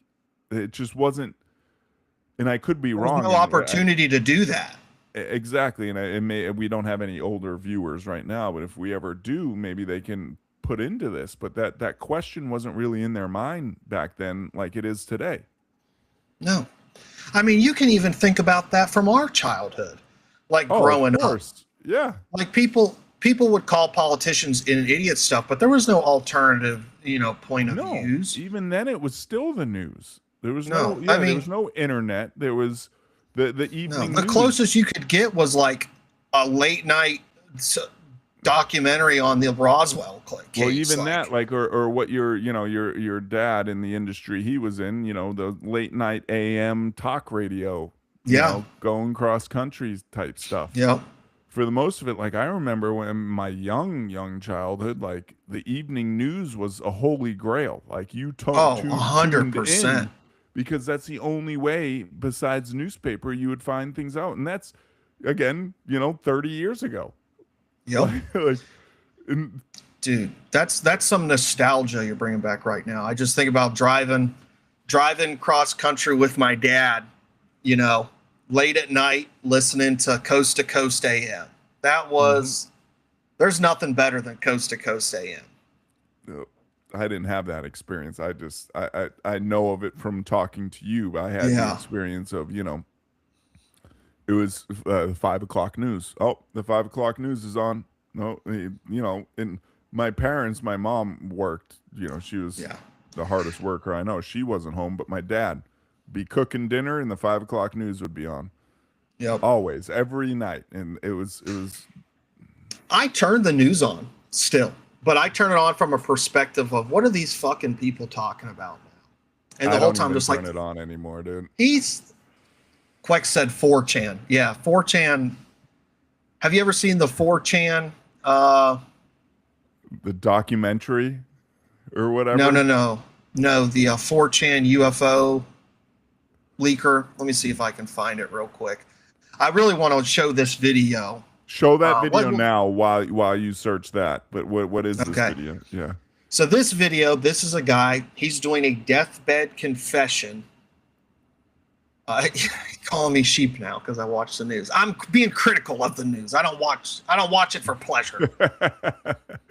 But this guy's going to do a deathbed confession of something his dad told him. He allegedly worked on, he was at the set when they filmed the moon landing. Oh shit. And this was a real deathbed confession. He filmed it before he died. It was not released until after he died. So, that in my opinion, that plays to some of the credibility. Like, you're getting nothing out of it. Your kids aren't going to make money from it, Play this shit after I'm dead type stuff. Yeah. Right. That's exactly what they did. Hello, my name is Gene Gilmore. My birth given name is Eugene Reuben Akers. I don't want any money for what I'm doing because hopefully this video won't come out until after my death. So I have nothing to gain, nothing to profit by telling you what I'm going to tell you. And a lot of what I'm going to tell you is available online until they see this video. Then I'm sure things will start getting scrubbed. As well as moon photos. But anyway, my father in 1968 was stationed at Cannon Air Force Base in New Mexico. I made notes on my computer so that I wouldn't forget anything because there's a lot of little things and stuff that I'd forget. So these notes were made a long time ago. The original recording that my father made on his deathbed was destroyed in a fire. So this is my deathbed confession because now I'm dying of cancer. I've got cancer all over the place, and they don't know where it's coming from, and I don't know if they can stop it, but it don't look good. So I'm going to go ahead and make this video for Bart Seibel. He knows not to do anything with it until notification of my death, for which my son will respond to that. Okay. Like I said, in 1968, my father was stationed at Cannon Air Force Base in New Mexico. We lived in Clovis, New Mexico. He was in the military police for over 20 years. And on his deathbed in 2002, we made a recording of what happened. Now, I already told you what happened to the recording. But it doesn't matter because all the facts are there. So it doesn't matter who's telling the story or whatever. I will, at the end of the video, I'll supply a picture of my father, his badge, the flag of when they buried him. I'll show you some photos of my dad. I was born in 1955. So in 1969, I was 14 years old. I vividly remember the Apollo 11 coming down, landing on the moon, and they're walking around and all that stuff. Anyway, I never questioned that until my dad told me what he told me on his deathbed. And then I started doing a little, nothing major, nothing, just surfing the web, I think they call it, surfing the web. And a lot of that information's right there on the web. I mean, it verifies the story that he told me. It's a little slow, but I don't want to fast forward and skip it. A good one would be able to uncover a lot more of the story that I'm getting ready to tell you. So please have at it. I've never known my dad to lie. To get caught lying was worse than whatever it was you did to begin with. I remember going to school with long sleeve shirts on to hide the purple welts. You did not lie in our house, that's for sure. Dad had a really bad attitude towards lying. Excuse me again.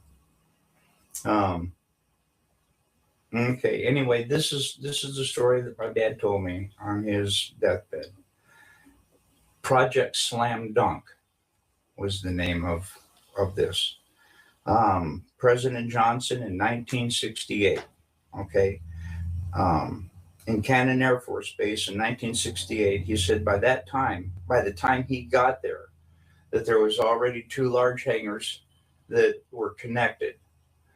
There was hundreds of dump trucks that came in and dumped sand and stone, and cement powder was powdered over the top of all that to make it look like a lunar landscape.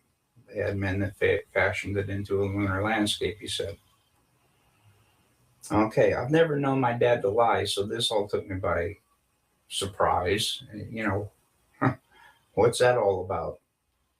So anyway, he said that in front of the airplane hangars was pole framing with large canvas tents.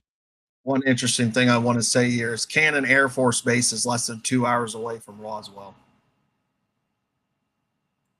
Makes sense. That was concealing the inside of the staging area. Inside the staging area, on flatbed trucks, was uncrated the lunar lander that was reassembled back inside the hangars. All of the walls were painted flat black, and the ceilings as well.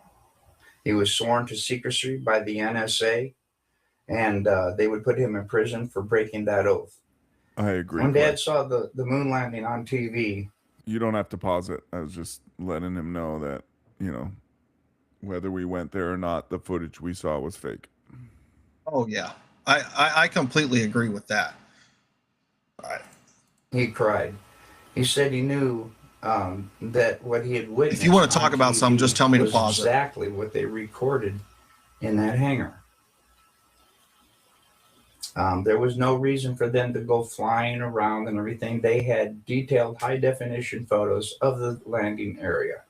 There was no reason for them to go flying around to a different landing area that almost exhausted their fuel, except for drama, because everything had gone so smoothly. So pause that for a second. To me, that kind of explains more of my train of thought. We knew the landscape. We knew that they didn't need to exhaust more fuel to fly to a different landing area. So that's where I think maybe there is a mix of real footage of the flyovers and stuff like that, and the fake footage of the dudes walking, right? Yeah. But yeah, keep going. That's a good point. Like the reasoning behind why they would have faked it. Nothing, you know, so it had to be something.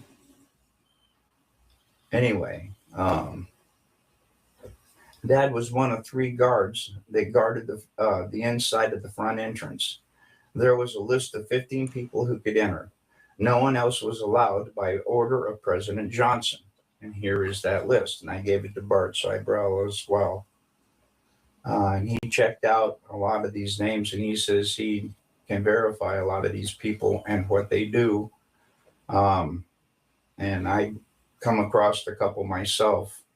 Anyway, President Johnson, Neil Armstrong, Edwin Aldrin, Werner von Braun, Robert Emenegger, Gene Kranz, James Webb, Joe Kerwin, Dr. Thomas Paine, Glenn Looney, Dr. Christopher Kraft, the Webb telescope, Dr. James Van. Oh, I didn't even make that connection. Yeah, you would need that dude if you were going to fake it. Be like, what do you see up there? Yep. Oh, shit. I've never seen this before, so and that name just bam hit me. But yeah. Van Allen, General Trudeau, Lieutenant Colonel Donald Simon, and Grant Norrie. Now, the only 2 that I really have information on is Robert Emenegger. Apparently, he did a lot of video work and stuff for the Department of Defense. So the DoD did know him. Okay. And the other one was Grant Norrie, Norray, I believe, was to the best of my dad's knowledge, was a like some FBI, CIA, NSA, who knows, something like that. Okay. He was a spook. Okay, President Johnson only showed up for the first day of filming. Filming lasted for 3 days, and the entire project was restored to original. In other words, the hangars were all taken apart, the sand was all removed, and so on and so forth. Okay. Oh, so he's describing that like they even built the hangars. Yeah, everything was Wow. was built, brought in, and then removed before the launch, because that was in 68. Yeah. Right? The launch was 69? Yes. Yeah. Dad said there was a lot of building going on at the base. So at the time, sand and cement powder was never questioned. I can see how they could smuggle that all in within everything else that's going on. Since 2002, I have dug up, I already told you about that, the evidence for the moon landing that I have found. If you go to Google and go to Cannon Air Force Base website, they admit that President Johnson was there. The lunar lander was there. The astronauts were there. I also have verified some of the people on the list were there. I also verified there are a lot of building going on in the base, just as he had told me. And all of this was going on at the same time, on the same date. Dad told me all these things, father to son. He also told me not to ever tell anyone what he had said, but he said on his deathbed that he had to tell somebody before he died because it was just too important not to tell. I sure as hell wasn't going to tell anybody. Yeah, I feared for my wife and me and my son, and I'll tell you why. Ever since I contacted Bart Seibel, I think they may be listening to his phone once in a while, because I never had any problems until I contacted him and told him my story. Now, that's pretty eerie. It could be nothing. So let's start with that. But if they're tracking people through generations like that, and they could have been tracking the other dude, because Bart Seibel, he's a known UFO investigator. And that's my thing, and that's my argument I have with a lot of people, especially, again, mama's boy, whatever, that's fine. When I have conversation or debates with my mother, is that like, oh, well, I have trusted sources, and well, what's your, and it's online sources, and it's like, how easy is it for them to manipulate that, to manipulate the people putting forth those, yo, you trust them? Do you know that they're not, their kids weren't sent a video of their kids with a gun to their head? Like, do you know? Right. And we won't find out about it until fucking 60 years later. Nope. 60 years later, someone might come out on their deathbed and say, yeah, my COVID-19 happened, and, I had a gun to my head, and they sent a video to my dad. If you say something, we will kill your kids. We won't know about it. And that's You'd my never biggest know. thing, that anyone, in why I think it's so important. And again, going back to last week's episode, is, AI taking that from people, their ability, and maybe by design, their ability to decipher information, see these things coming in and say, oh, well, this doesn't feel right. This doesn't, no, let me ask AI. Well, according to AI, it's 0%, AI generated. Okay, who's to say they don't fucking run that shit? They can't fucking manipulate that information. Who's to say any of that? Like, it's just, when you see what we've done, and you see a little off subject, but like, people like to think America is this super upstanding thing. And don't get me wrong, I love America. I am grateful to have been born here and raised here. I could have been born in India. I could have been born in somewhere in Africa. There's no doubt about the freedoms that we have. But if you think it's all obtained through good, and it's all obtained through being upcoming, no, and it's out there. We've manipulated. We've done clandestine operations to manipulate elections, outcomes of other countries, to Overthrow manipulate countries. Exactly. Like, to think that we're all good, like, you're brainwashed to think that what we have is done because we are good. Like, no, a lot of what we have is because we've had cutthroat people in places that have done things and manipulated things throughout the world, not just in America. Think of what we do throughout the world. Oh, 100%. And it brings me back to a video which I saw, which made me fucking laugh. But it's, to an extent, and I don't think it's this bad, but to an extent, I think it's getting there. And the guy goes, if America saw what America was doing to American people, America would go intervene because of what America was doing to American people. Well, you broke up again.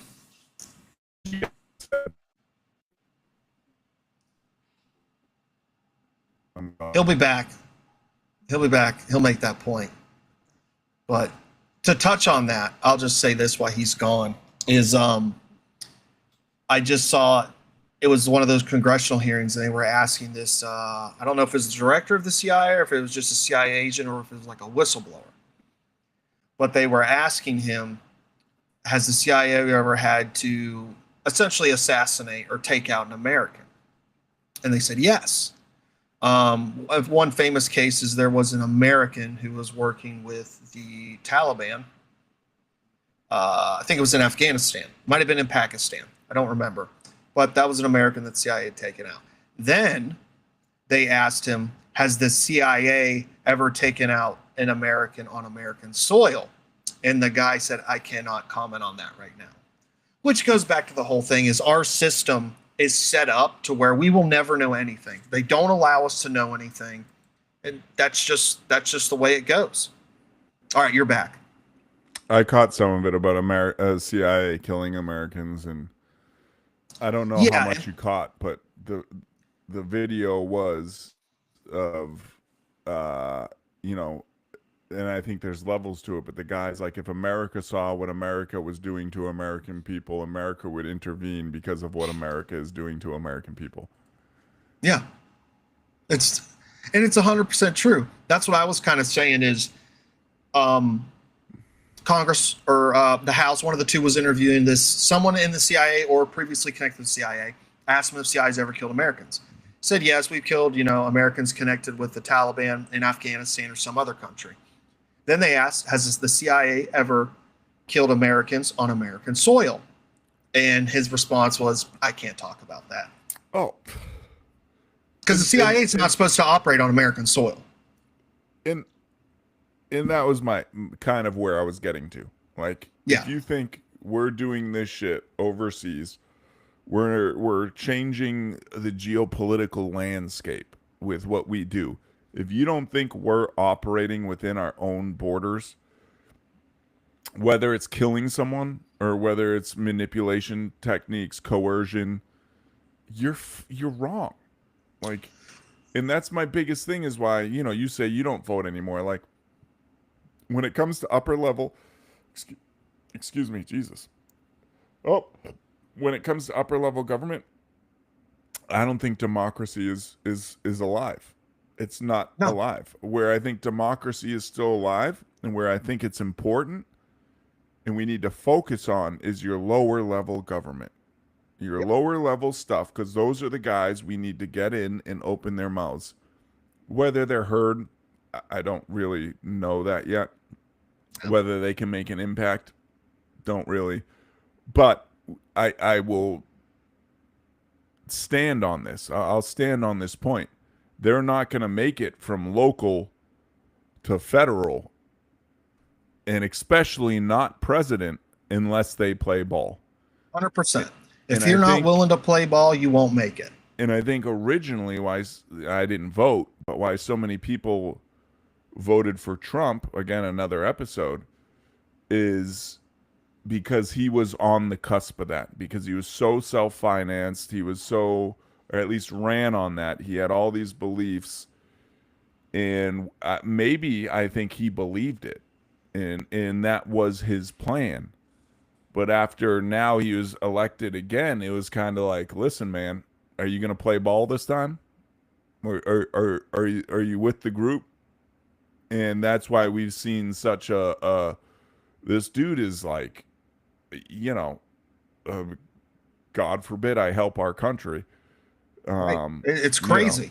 I probably can't talk on this because, I work at Home Depot, but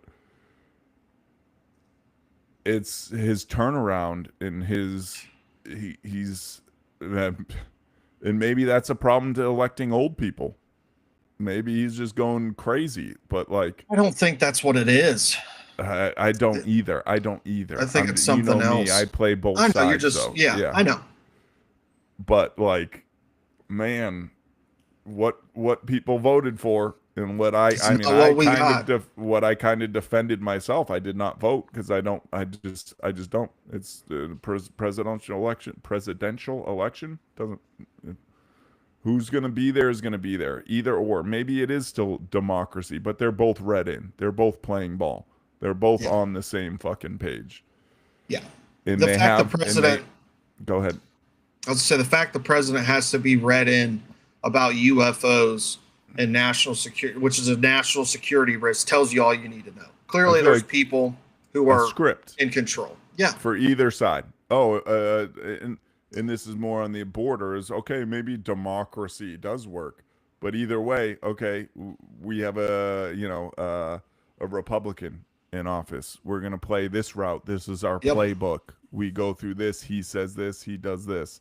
Oh, we have a Democratic. We go through this. We do this. We say this. I just don't, guys. And sometimes I get hit on that because we're not afraid to go after each other. Me and my family, my mom specifically, but like maybe I am a little one side or the other, but it's just at this point, pattern recognition is what it comes down to. Like, you can't, even if democracy is alive, you can't deny the fact that there's some playbook at hand, and it's just it's I don't know, like they're never going to be able to get in and make significant change. You're just not allowed to. Exactly.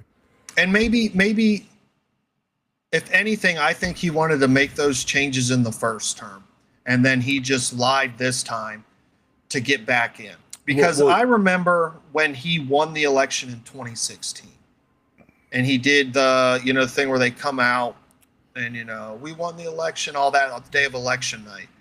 He did not look happy to win that election. Exactly. I think he learned to play ball. Yeah. And I think more so we were because I didn't vote because I just don't believe in it. I didn't think he won. I didn't really think he was going to win. I mean, I knew, irregardless how bad Trump is, I knew Kamala Harris was not it. But at the I voted same for him time, 3 times. More so, and more, and even more recently, I just realized it doesn't fucking matter. No, I've always had that feeling, but I voted for Trump 3 times because I thought he was a significantly better candidate all 3 times. But like, my thought process was okay, it's mob bosses versus fucking reptile pedophiles. Like, yeah, I'll take the mob boss. But now I'm just in the thing where both sides are fucking pedophiles. Yes, that's 100%. And I was talking about him specifically, the Republican Party. But now I'm on that side where he's in there too. He's doing the same shit. Yeah. But and that's the sad side to it, is where so many people are drawing the connection now, where it's choosing the lesser of 2 evils. Yeah. When a presidential election is choosing the lesser of the 2 evils, that's fucking crazy. Like that leads you to believe that they're playing ball. There's no like, this is a good guy. Like, this is, as crazy and, retarded as you are. Like, if you ran for president, I would be like, this is the fucking guy. I'd be a great president.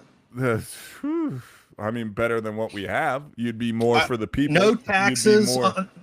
No taxes on nicotine pouches. Day 1. No taxes on nicotine pouches. But that leads to, and again, we're way off from aliens, but like, because we'll bring it back. Probably the aliens fucking run it all. But it's like a good person with good beliefs and good, connection to the United States of America, loyalty and all this, could probably, with proper guidance, could probably do very well for the American people. The problem is, on the geopolitical scale, it might. You have to be willing to compromise your morals. Yep. These super PACs, they don't give you $100 million for you to get in and do what you want. No. Same thing, we'll tie it right back into UFOs. You don't get to work in these programs and do what you want. And I'll even say, after you're done, you don't get to get out and it's all sunshine and rainbows. You get to go shut your mouth until you're dead. And that goes into the S4 thing. Yeah. The documentary where, again, I said it. Sorry. Super active stomach, guys. He speaks about it, but where you don't choose where you're working in those programs, like where if it's real, he says that, he looked at the screen and the dude working with him was like, hey, chill. Yeah. Look over here. Don't look at that. Don't look at that. Like, you don't, there's, it's compartmentalized. And he was basically an intern. Yeah. And Lazar was an intern. Yeah. And it's compartmentalized. If you don't think the government is compartmentalized, if you think the president is the all fucking, no, you're wrong. If you don't think the president is, and I relate it to, God Live the Queen. I relate it to Quex on his territory, like the royal family. I feel like it's the same thing at this point, where you're a figurehead. Like, you're not really doing shit. Like, you're just here for the cameras. You're here for you're doing what you're told.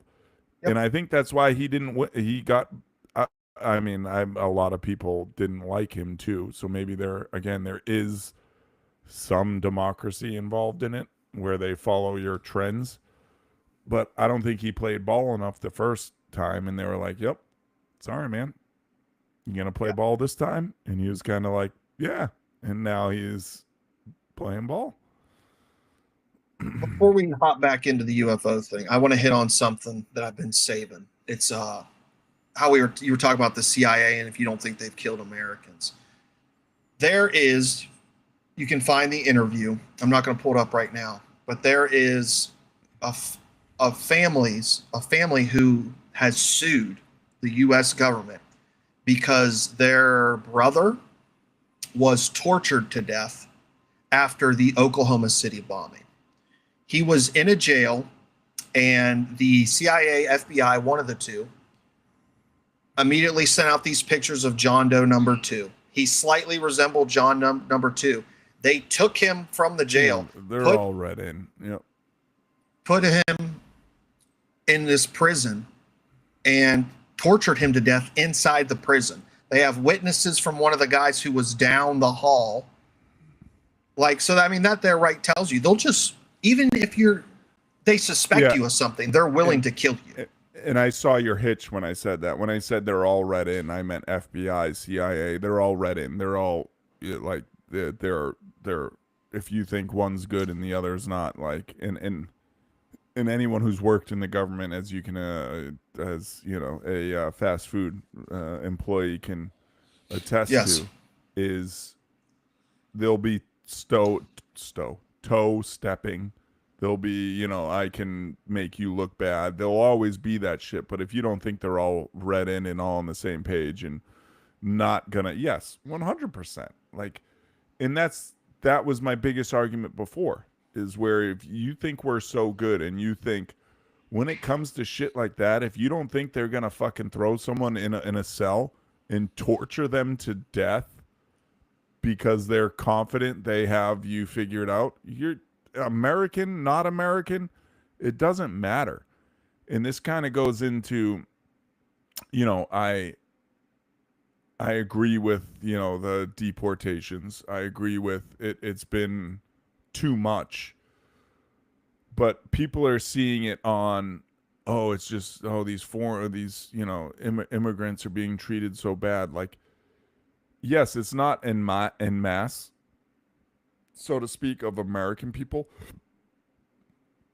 They're trying to hit me. But if you don't think they're gonna do that to an American person, a citizen, someone who's been here for generations and generations, someone who only speaks English, like I'm just trying to, a white person, let's just try to relate it as much to the right, because I think they're the ones on the side of the argument of deportation, but on the side of that we're a good country, right?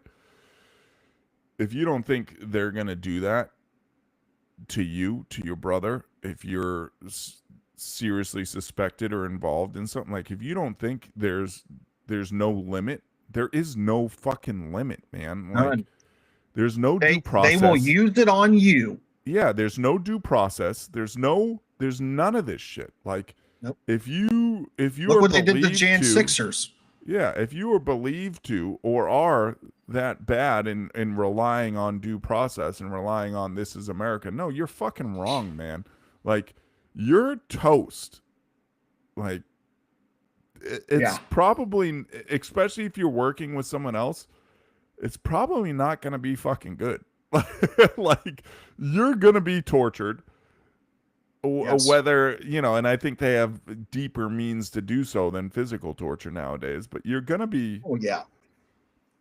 And that's my biggest argument. Like, we're not that good, man. We're not. Like, how do you think we ensure our freedom? How do you think we ensure the petrol dollar? Like, look at what we're doing now. And as much as, like, I would love 9/11 by killing 2 million Muslims. Yeah. And, like, you know, I'm all about, and I will say that I'm all about Persians, if you want to be called that, the Iranian people being freed from the IRGC. I'm all about that. I'm not all about American troops on the ground. But shit like that, it doesn't happen on upfront terms, guys. Like, it's not all political shit, people. Like, there's deeper, darker shit. Like, if you look into Saddam Hussein, if you look into Gaddafi, I think it was Gaddafi. But if you look into these people and who put them in power and why they were put in power, then you can start rolling the ball and you can start seeing what these, and maybe why it made, I think it was Saddam, why it made him the way he was, what happened to his family, like what happened. And we were like, yeah, this is the guy. He's seriously fucked up, but we can try to guide him. And then, oh, wait, we can't guide him. He's went off the handle. Why do you think? He saw his whole family executed in front of his face. Like, yeah, if you don't think your government is willing to murder Americans to push forth an agenda, you're completely out of touch. Yeah. But I want to bring it back to aliens. We were talking about S4. Well, it's all run by aliens, so. I mean, but yeah, S4. I think there's a chance. Yeah. Do you remember we have a friend, and I really don't want to, I want to get as close to not mentioning him as possible, who is a second-hand witness to what's going on at S4? I think so. He he got out and yes. Yep. Do you remember what he said? Not specifically, but I might have been intoxicated at this time. But I remember he said a lot of profound. So the person he knew, and I'm going to be very vague here because I don't want to leave any clues to who this could be. A secondhand, Yeah, the person he knew, which he knows very well, very, very close, worked in that area. Today, I looked this person up just because I wanted to know for sure. And 100%. I've talked. Oh, okay. The person he knew. Yeah. The person he knew. Yep. I looked them up, found them on a website, and they 100% work where he said they worked and in the area. But that person, he said they never, if you remember, he said they never talked about it. They were always, he would ask, and they were always completely unwilling to talk about it. Mm-hmm. And then one night he got drunk. And it's the only time he ever talked about it. And he said he was shown a demonstration where a guy came out in a ghillie suit. Something was activated, and he completely disappeared. I do remember a little bit of this now that you mention it. Yeah. And here's the deeper conspiracy side of me.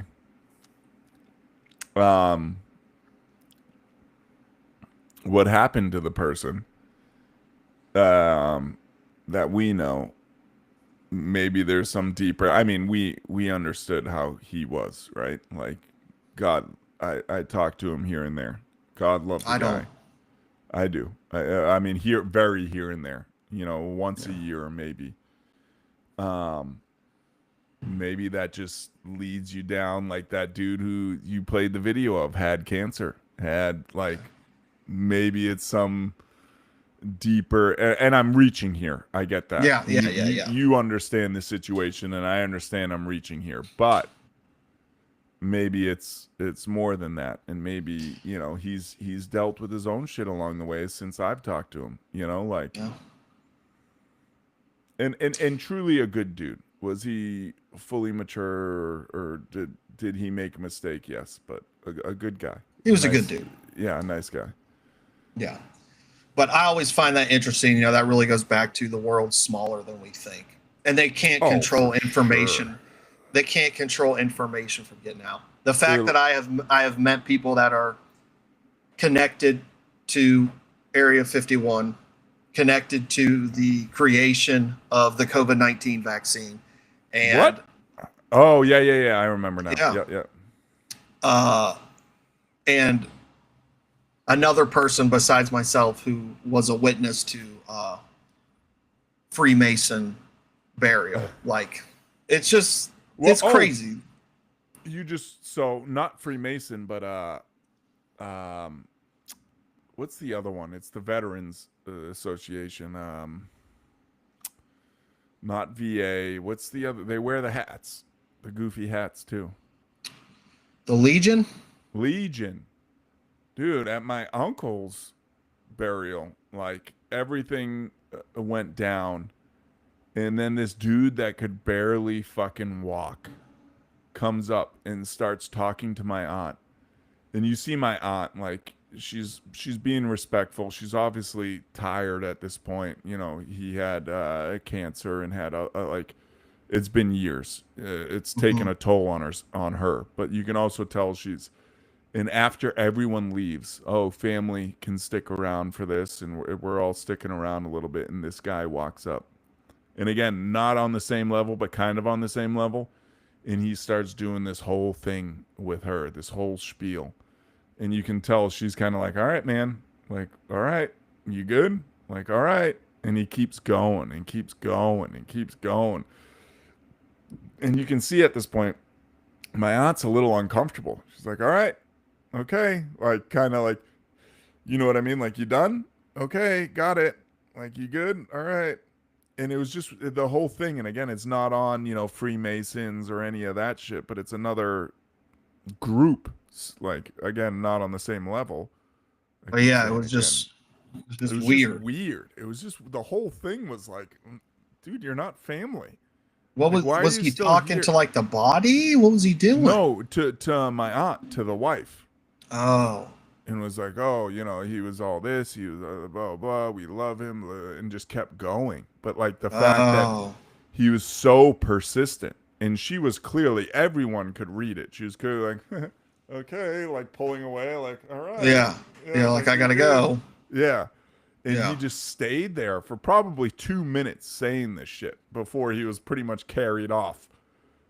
And again, I hate how I keep saying again. I don't like in public speaking saying the same thing over and over again, but he just persisted, and it was just a little weird. Yeah. But yeah, we got sidetracked a little again. It's whatever. It is. Do you want to hop into this 4chan whistleblower? Yes. Okay. 4chan. There was, Flex brought this up, and I think it's great. So what the hell is this? The 4chan whistleblower. Are you watching this weekend? Of course I'm watching WrestleMania. Me too, what are you talking about? Yeah, Jameson made it a point. Yeah. Yeah, it's the best weekend of the year. I'm watching WrestleMania. What do you think I do with my life? I look up conspiracies and watch professional wrestling. Yep. Thanks to my son, now I'm getting pulled back into it. I love it. Yeah, and smoke meats. That's all I do. But anyways, this was posted, I think in right there. 24 April 2023. And it was deleted pretty soon after. And people have came out after this. And again, there are other whistleblowers. You could say, they could just be full of shit and using this from somebody who's never posted again. That's another thing, as an easy verification to their own stories. I could see that argument, but my thing would be that's true. But at the same time, they could also just be telling the truth also. Like, I tend to believe the whistleblowers more than I do the government. But anyways. And if you think the government doesn't have whistleblowers to try to make people seem crazy, if you don't think they put shit out there and say shit, it's not a playbook, play by play, what they should do, how they should put it out to make it seem crazy, you're wrong. But anyways. Yeah. That's like the one dude who exposed the Virginia incident where a UFO had crashed. I think it was in Brazil or something, and they had taken a body to a hospital. It's a real incredible case. A lot of eyewitnesses, like direct eyewitness he interviewed. Well, he found another guy who was a whistleblower, had worked in some special projects here. And he had told him all these stories. So he was taking him on podcasts to tell his stories. And granted, the dude his service record was legit. The stuff he said he did was legit. But then all of a sudden he started telling stories about encountering a crab-like being in caves and stuff. Like, bought out. Yeah. Like, it could be true or now, homie. Right. But anyway, just going into this.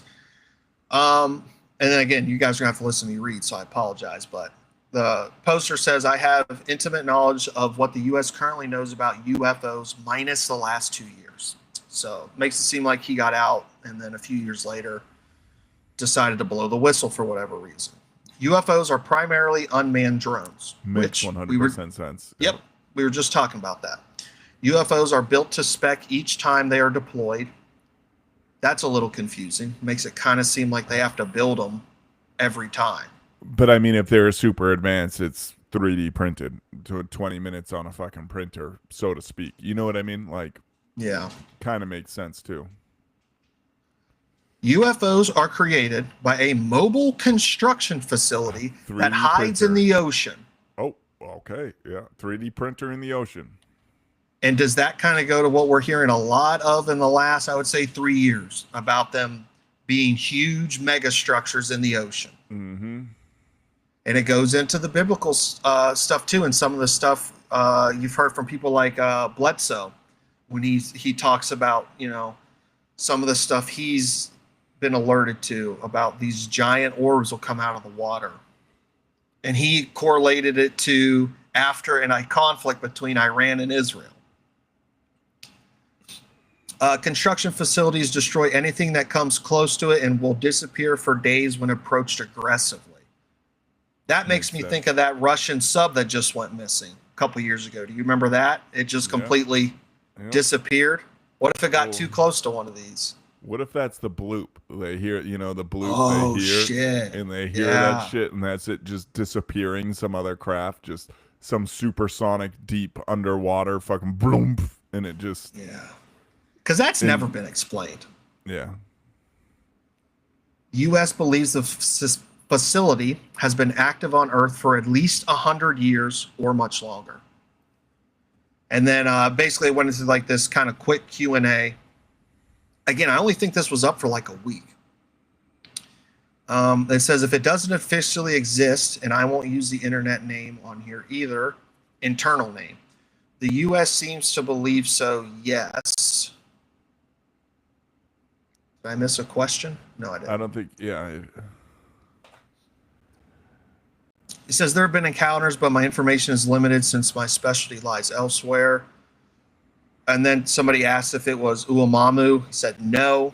Is there a working theory on the origins? If so, care to elaborate? Quite a bit, but we think the construction facility has been around since at least 4000 BC. See sightings and paintings from early areas of history. I don't know. I don't know what to make. I just want to take a pause here because it's kind of, you're using the excuse of having limited knowledge, but then you're also going to say, you know, that it was made in 4000 BC. And again, maybe he's just like a researcher, you know, I don't know. And well, that also leads to, and there's a reason why the government in these, not just the U.S. government, is everything is so compartmentalized for a reason, because if one person gets out, these are the answers he can give. You know what I mean? You can't, you don't know what material, say Bob Lazar, never talks about, and that kind of leads me to maybe believing him a little more. What was it made out of? What was the molecular composition of this aircraft? I don't know, because that wasn't his department.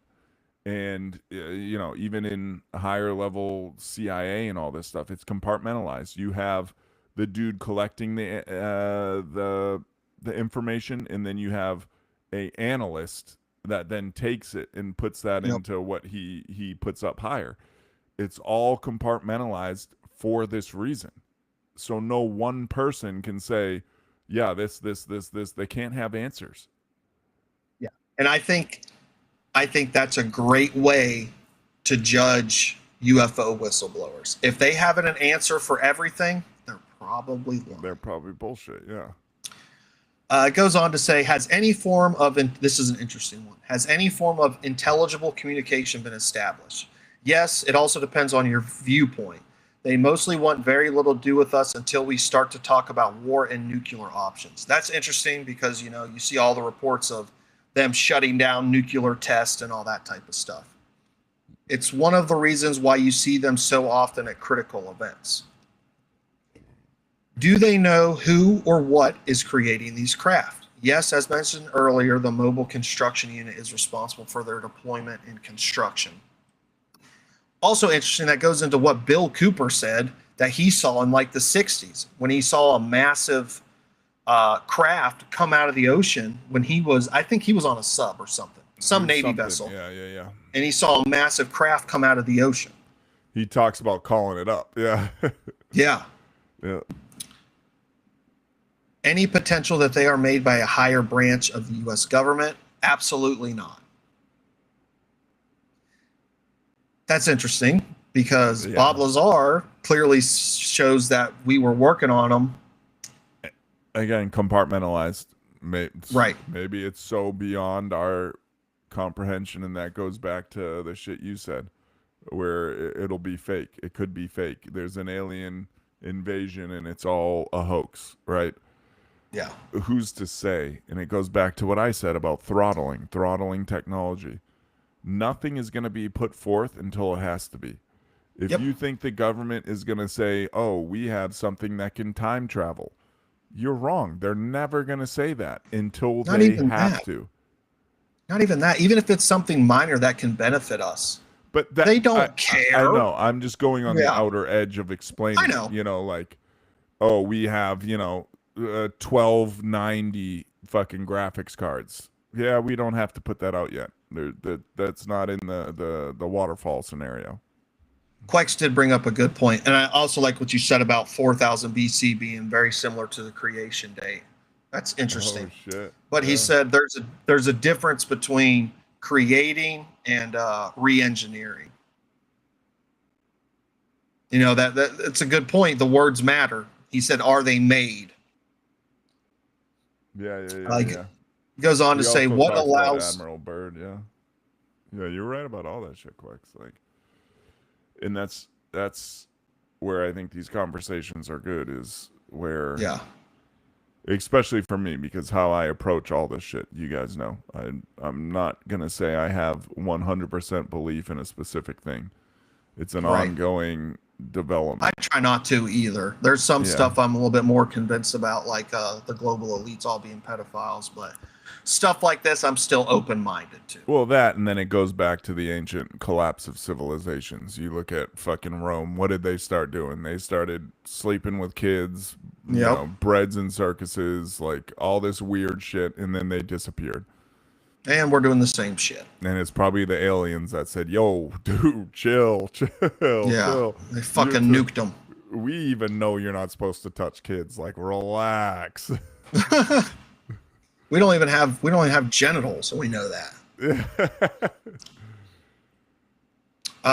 It goes on. What allows them to fly so fast? What technology? Gravity manipulation and the materials they are constructed with. That's interesting because it goes right along with what Bob Lazar said in that new documentary. How it's doing something with gravity. It's manipulating it somehow. Like it can form around light. There's no aerodynamics. There's no nothing because it causes almost a vacuum, and it's just pulling you, and it's void of atmosphere. It's void of everything. Which would the only thing that would make sense to these things. Sing up like. Mm-hmm. I don't know if I ever told you this story, but my wife and father saw a UFO. You've told me. That was the time our wives prayed. We were in that conversation when a thing came flying over the fence. No, I'm talking about. That's a great story, but I'm talking about. So, ironically, I was getting scared in this scenario too. So, it was right before I went to basic training. Me and my wife were living at home at the time, and I was working. Whoa! Basic training for McDonald's? Yes. Oh, okay. It's a tough process. It's like 12 months. But anyways, I was working like 7 to 7, and it was dark. Keep talking. I'll be right back. Okay. It was dark when I came home, and they had rigged up this thing that went from the corner of my house to the deck, and they put a sheet on this end. Well, they waited till I got to the base of the deck, and they pulled this thing. So I glance back, and it looks like a fucking apparition flying at me. So I jump up these steps. What the fuck? And then they start laughing. Well, they told me this afterwards. When they were rigging this thing up to play this practical joke, they saw 3 lights, 3 red lights come in, like come together, go back out, and then zip up in the sky. Just like that. My dad's also seen other weird stuff. My dad has a crazy, keep in mind, I live in Ohio. Also, where this story I'm about to tell takes place is in the vicinity of Right Pat. My dad's the youngest of 7 kids. So one summer he went to visit one of my aunt and stay with her on her farm. Well, he was in the middle of a cornfield. He won't mind me telling this story, but he was in the middle of a cornfield and a massive shadow came over him. And he looked up and there was not a cloud in sight. Fuck no. Yeah. So you had told me that, but you hadn't told me that they had seen, you had told me it on 2. Yeah. Okay. So they had seen it. Now imagine for a second that like these aliens, UAPs have such ability to manipulate and know everything that's going on. I'm gonna freak you out a little here. And they knew they were doing this, and they knew everything, and they used that opportunity, and what you thought you saw was really what you saw. And so this thing was flying towards you, but there was actually a fucking alien in front of it coming towards you to see your fucking reaction. What if they wanted to just watch it? They're like, oh, they're gonna fucking prank this dude. Let's go. Or watch that this. too, yeah. This is gonna be hilarious. Yeah, let's watch this shit. They're trolls. Yeah. But I thought... And you live at the base of the Appalachians, right? Like, yeah. Or around there, yeah, so... Yeah. That's some old land. That's some fucking... Mm-hmm. And that's another thing we could dive into one day is just the ancient structures in America. Like, obviously, there were civilizations here. That, like, how old the Appalachian Mountains are. Above sea level old. Like... Yeah. Extremely old land. And how there's signs of civilization here before the Bering Land Bridge was created. Well, and then talking about like when people go into the caves and stuff, again, it kind of aligns with aliens and stuff that like some of these caves they find are like, well, what if this isn't, you know, fully naturally made? What if this was something that was made and then, yes, erosion took place and yes, stalactites and stalagmites, all this stuff formed. But when you look at what's actually here, this might have been here before. Yeah. And anyone who knows the Appalachians know it's riddled with caves. It's riddled with missing persons. It's riddled with all this, and that's again something else, you know, cryptids and all that. We all love that shit just to think about. And the giants and the snake mound. Like I've been to the snake mound. Yeah. I thought this was an interesting point. He says we think the construction unit, the big one under the sea, is driven by AI. So could AI be something that we've re-engineered or taken from these? Yep. And it goes to the That's a scary thing. thought. And it goes to the fucking... It all goes full circle. Well, how do you get the computing power? How do you get this stuff to get to the moon?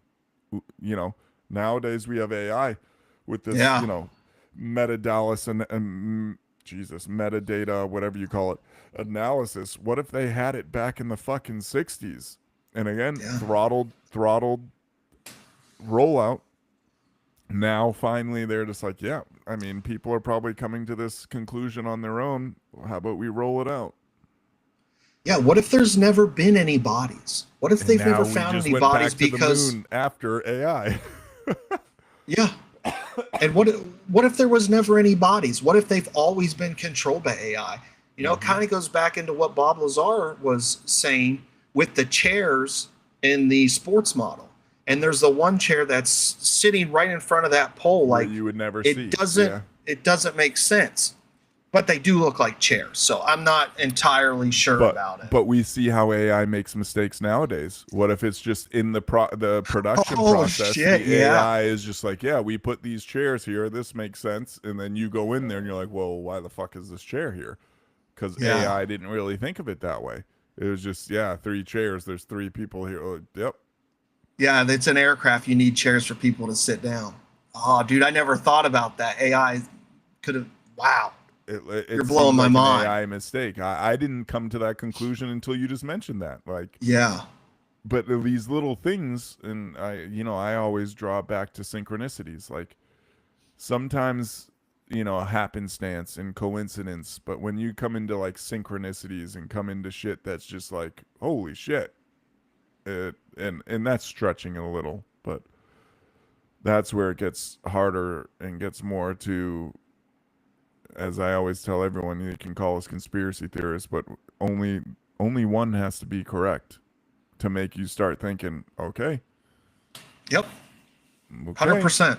Yep.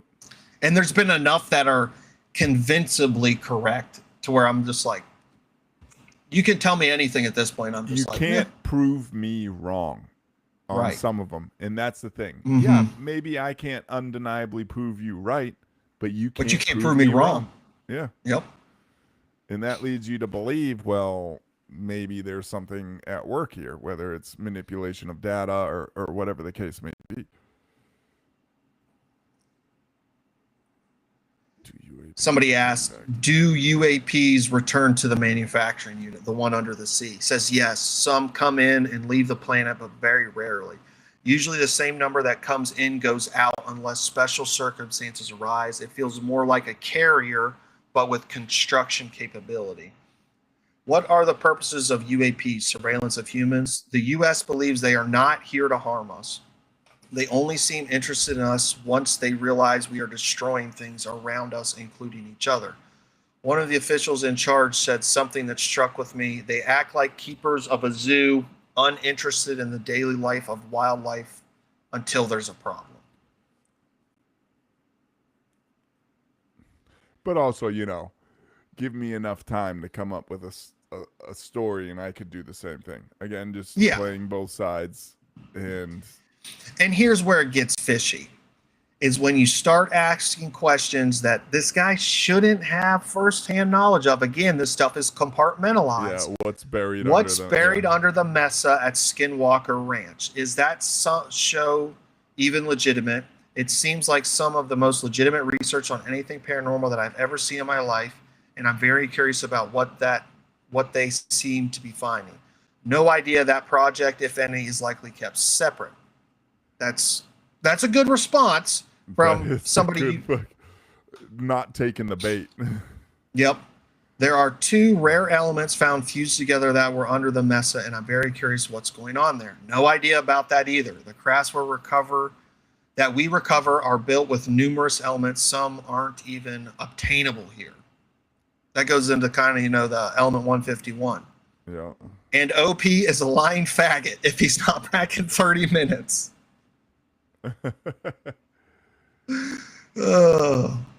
Are they friends? They cut their losses when crashes are recovered. Same with personnel. Zookeepers aren't friends with animals. And that leads back to you, if they were ever manned, right? Yeah. Probably not. Like, this is an autonomous surveillance apparatus. And it leads to if the crafts return, if they have this ability to do stuff, then that makes sense. The crafts can return to the production facility and be recycled, broken down, reused. And that'll lead you more into the sustainability of it, right? Like sustainability of the operation, because it goes into, well, we can't identify some of these materials even used. Leads you more into, yes, these crafts go up, surveil, come down, go back in, and who's the thing? 3D printer, who's whatever their manufacturing process is. that they can't just pull this thing and it goes in like we see in movies. It goes into this chamber, just bloop, and it turns back fluid, and it just goes back into a tank. They need a new one, bloop, it just pops out. Fucking. But at the same time, I do believe that they found bodies at the Roswell crash. And we've seen Congress, people testifying at Congress that we have human or biologics, whatever that is, mine automatically goes to bodies, but biologics could mean anything. So I don't know. They just left nut in their fucking seat. Well, and here's the other thing is,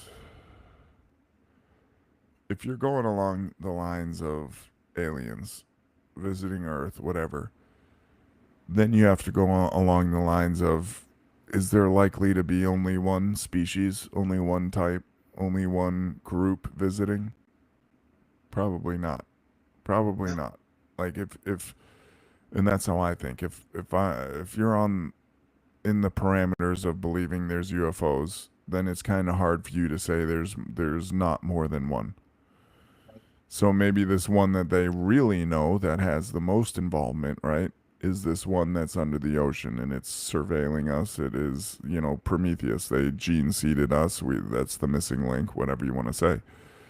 But who's to say there's not these other lesser advanced that don't have the ability to leave an AI controlled, 3D printer on the bottom of our ocean that they have to come visit by, manually come in person or in alien, whatever you want to say. And then it's more likely to say, yeah, there's moon bases. There's more likely to say, yep, someone fucked up and crashed their fucking spaceship into Roswell. And they might be completely different things. Yeah, I mean, that's true. There could be endless amount, that's what's the famous, the Drake equation. That's the famous Drake equation. Yep. There could be endless amounts of them. Another point I wanted to make going off that 4chan post is when he said they're uninterested in us. Well, then how does that explain the abduction phenomena? Tens of thousands of people. A different group. So kind of along the lines of the Drake equation, kind of along the lines of the growth theory of the universe, right? And you think of it's growing outwards. So they go, how people have talked about it in the past is there's possibly civilizations that are, say, 10,000 years behind us, 10,000 years ahead of us, 2,000 years ahead of us, 10 million years ahead of us. So that would give you that technological span to where there maybe is someone that's 10,000 years ahead of us that has the ability to get here, but they're not, like the 3D printer on the bottom of the ocean. They're not that crazy advanced to where they can do that, but more so they're more interested. So they can get here. They can, and they want to study us. Whereas someone who's millions of years advanced to us, they don't care. They just want to make sure we don't ruin this earth because we might be their fallback option. They might be, because when you look on the cosmic scale of things and everything, there's a time limit to everything. So they believe. Earth is not going to be persistent. It's going to die out. The sun's going to die out. Earth is going to die. I remember learning about that in school and being incredibly stressed out. Yeah, me too. What do you mean the sun's going to blow up in 3 billion years? Yeah. You got to stop this. But then that gives you the outlook on that. You know what I mean? Whereas this civilization could be so far advanced to where, they might be, in a million years, they might come to the end of times on their planet. So they're planning on coming here and having another few million years to live. But if we destroy the planet and destroy everything, they can't. So then they need to be like, oh, we need to stop them. No nuclear war. Oh, we can't. Yeah. I don't know. The abduction phenomena could be its own thing. Quex had an interesting theory. The abductions is, U.S. government gives subjects to experiment on, creates fear of future invasion. I was just gonna get there myself. Is that all along it's been us, and it's been holding that card over our head, which you've gone to, where it's all gonna be a fake. Yeah. When they need to. How does that explain the beings people see, though? I mean, there's any number of things, whether it is actual beings, like I've said, or it's just another deeper thing. Like there's Stockholm syndrome on a much higher level, where they can really, again, we don't know the technology they have, make you believe you've seen this shit, plant this image inside your fucking head, abduct you, give you to Epstein, your butthole gets reamed out, send you back and say it was aliens all along. Yeah. That quite brings up another good point about the implants. That's another common theme in abduction phenomena. So there's something of, whether they actually are taking them, but they're putting implants in them. Like people have found the implants. You don't need to take somebody in a spaceship to put an implant in them, but it is an interesting thing. And that's the thing, and we don't, as of right now, whether it's from censoring or whatever, that's what we need to know. Okay, you found the implants. What are they? No one's ever, because it never gets that far, whether by manipulation or whatever. It's never released like, oh, this is what it is. We pulled it apart. It's an RF transmitter. No, it's, element 151. Oh, no, it's this. There has been some people who have looked into that. And I think going into the future, we need to be very specific with episodes. That would help us a lot. Like if we dived into implants, or if we, something specific like that. Yeah, but always at the end we free verse and we get into this stuff, which I think is healthy. Mm-hmm. I think we've hit the moon pretty good, and when it comes to aliens, 100%. It's just leads us into further conversation, which it should. Mm-hmm. But yeah, I mean, closing, I think we made it pretty clear. If people were sent up there, the footage isn't real. If they were sent up there, it wasn't on our own doing. There was influence. There was reverse engineering. It's just, even on today's standard, knowing what we do with technology, knowing how we advance, in seeing the boom, knowing how it happened back then, what we could see, still no chance that we go from World War II to creating an atom bomb or to putting boots on the ground on the moon that quick. It just... No, and I would agree with that. Even if you just take it a step further and you go from the announcement we are going to the moon to the time they did, it doesn't make any sense. The government does not work that fast. They're not that organized. No, it doesn't. It's not how it works. There's just, if we did, it was not under our technology. And the reason we went back is because we didn't have a reason to go back. Whether it was we felt that it wasn't worth the money, which I don't believe that's a good argument, because, we're $36 trillion. Or we were told, hey, listen, you're not coming back. Or we were told you're not coming back, or we had all we needed and we could do stuff so much more advanced than that there was no reason. Just shut it down. Yep. We can do stuff so much more advanced, and we don't want people to know about it. Yeah, it's just like flying here to UK. It's the same thing. Maybe it was that simple of a thing where it's like, what's the point? Yep.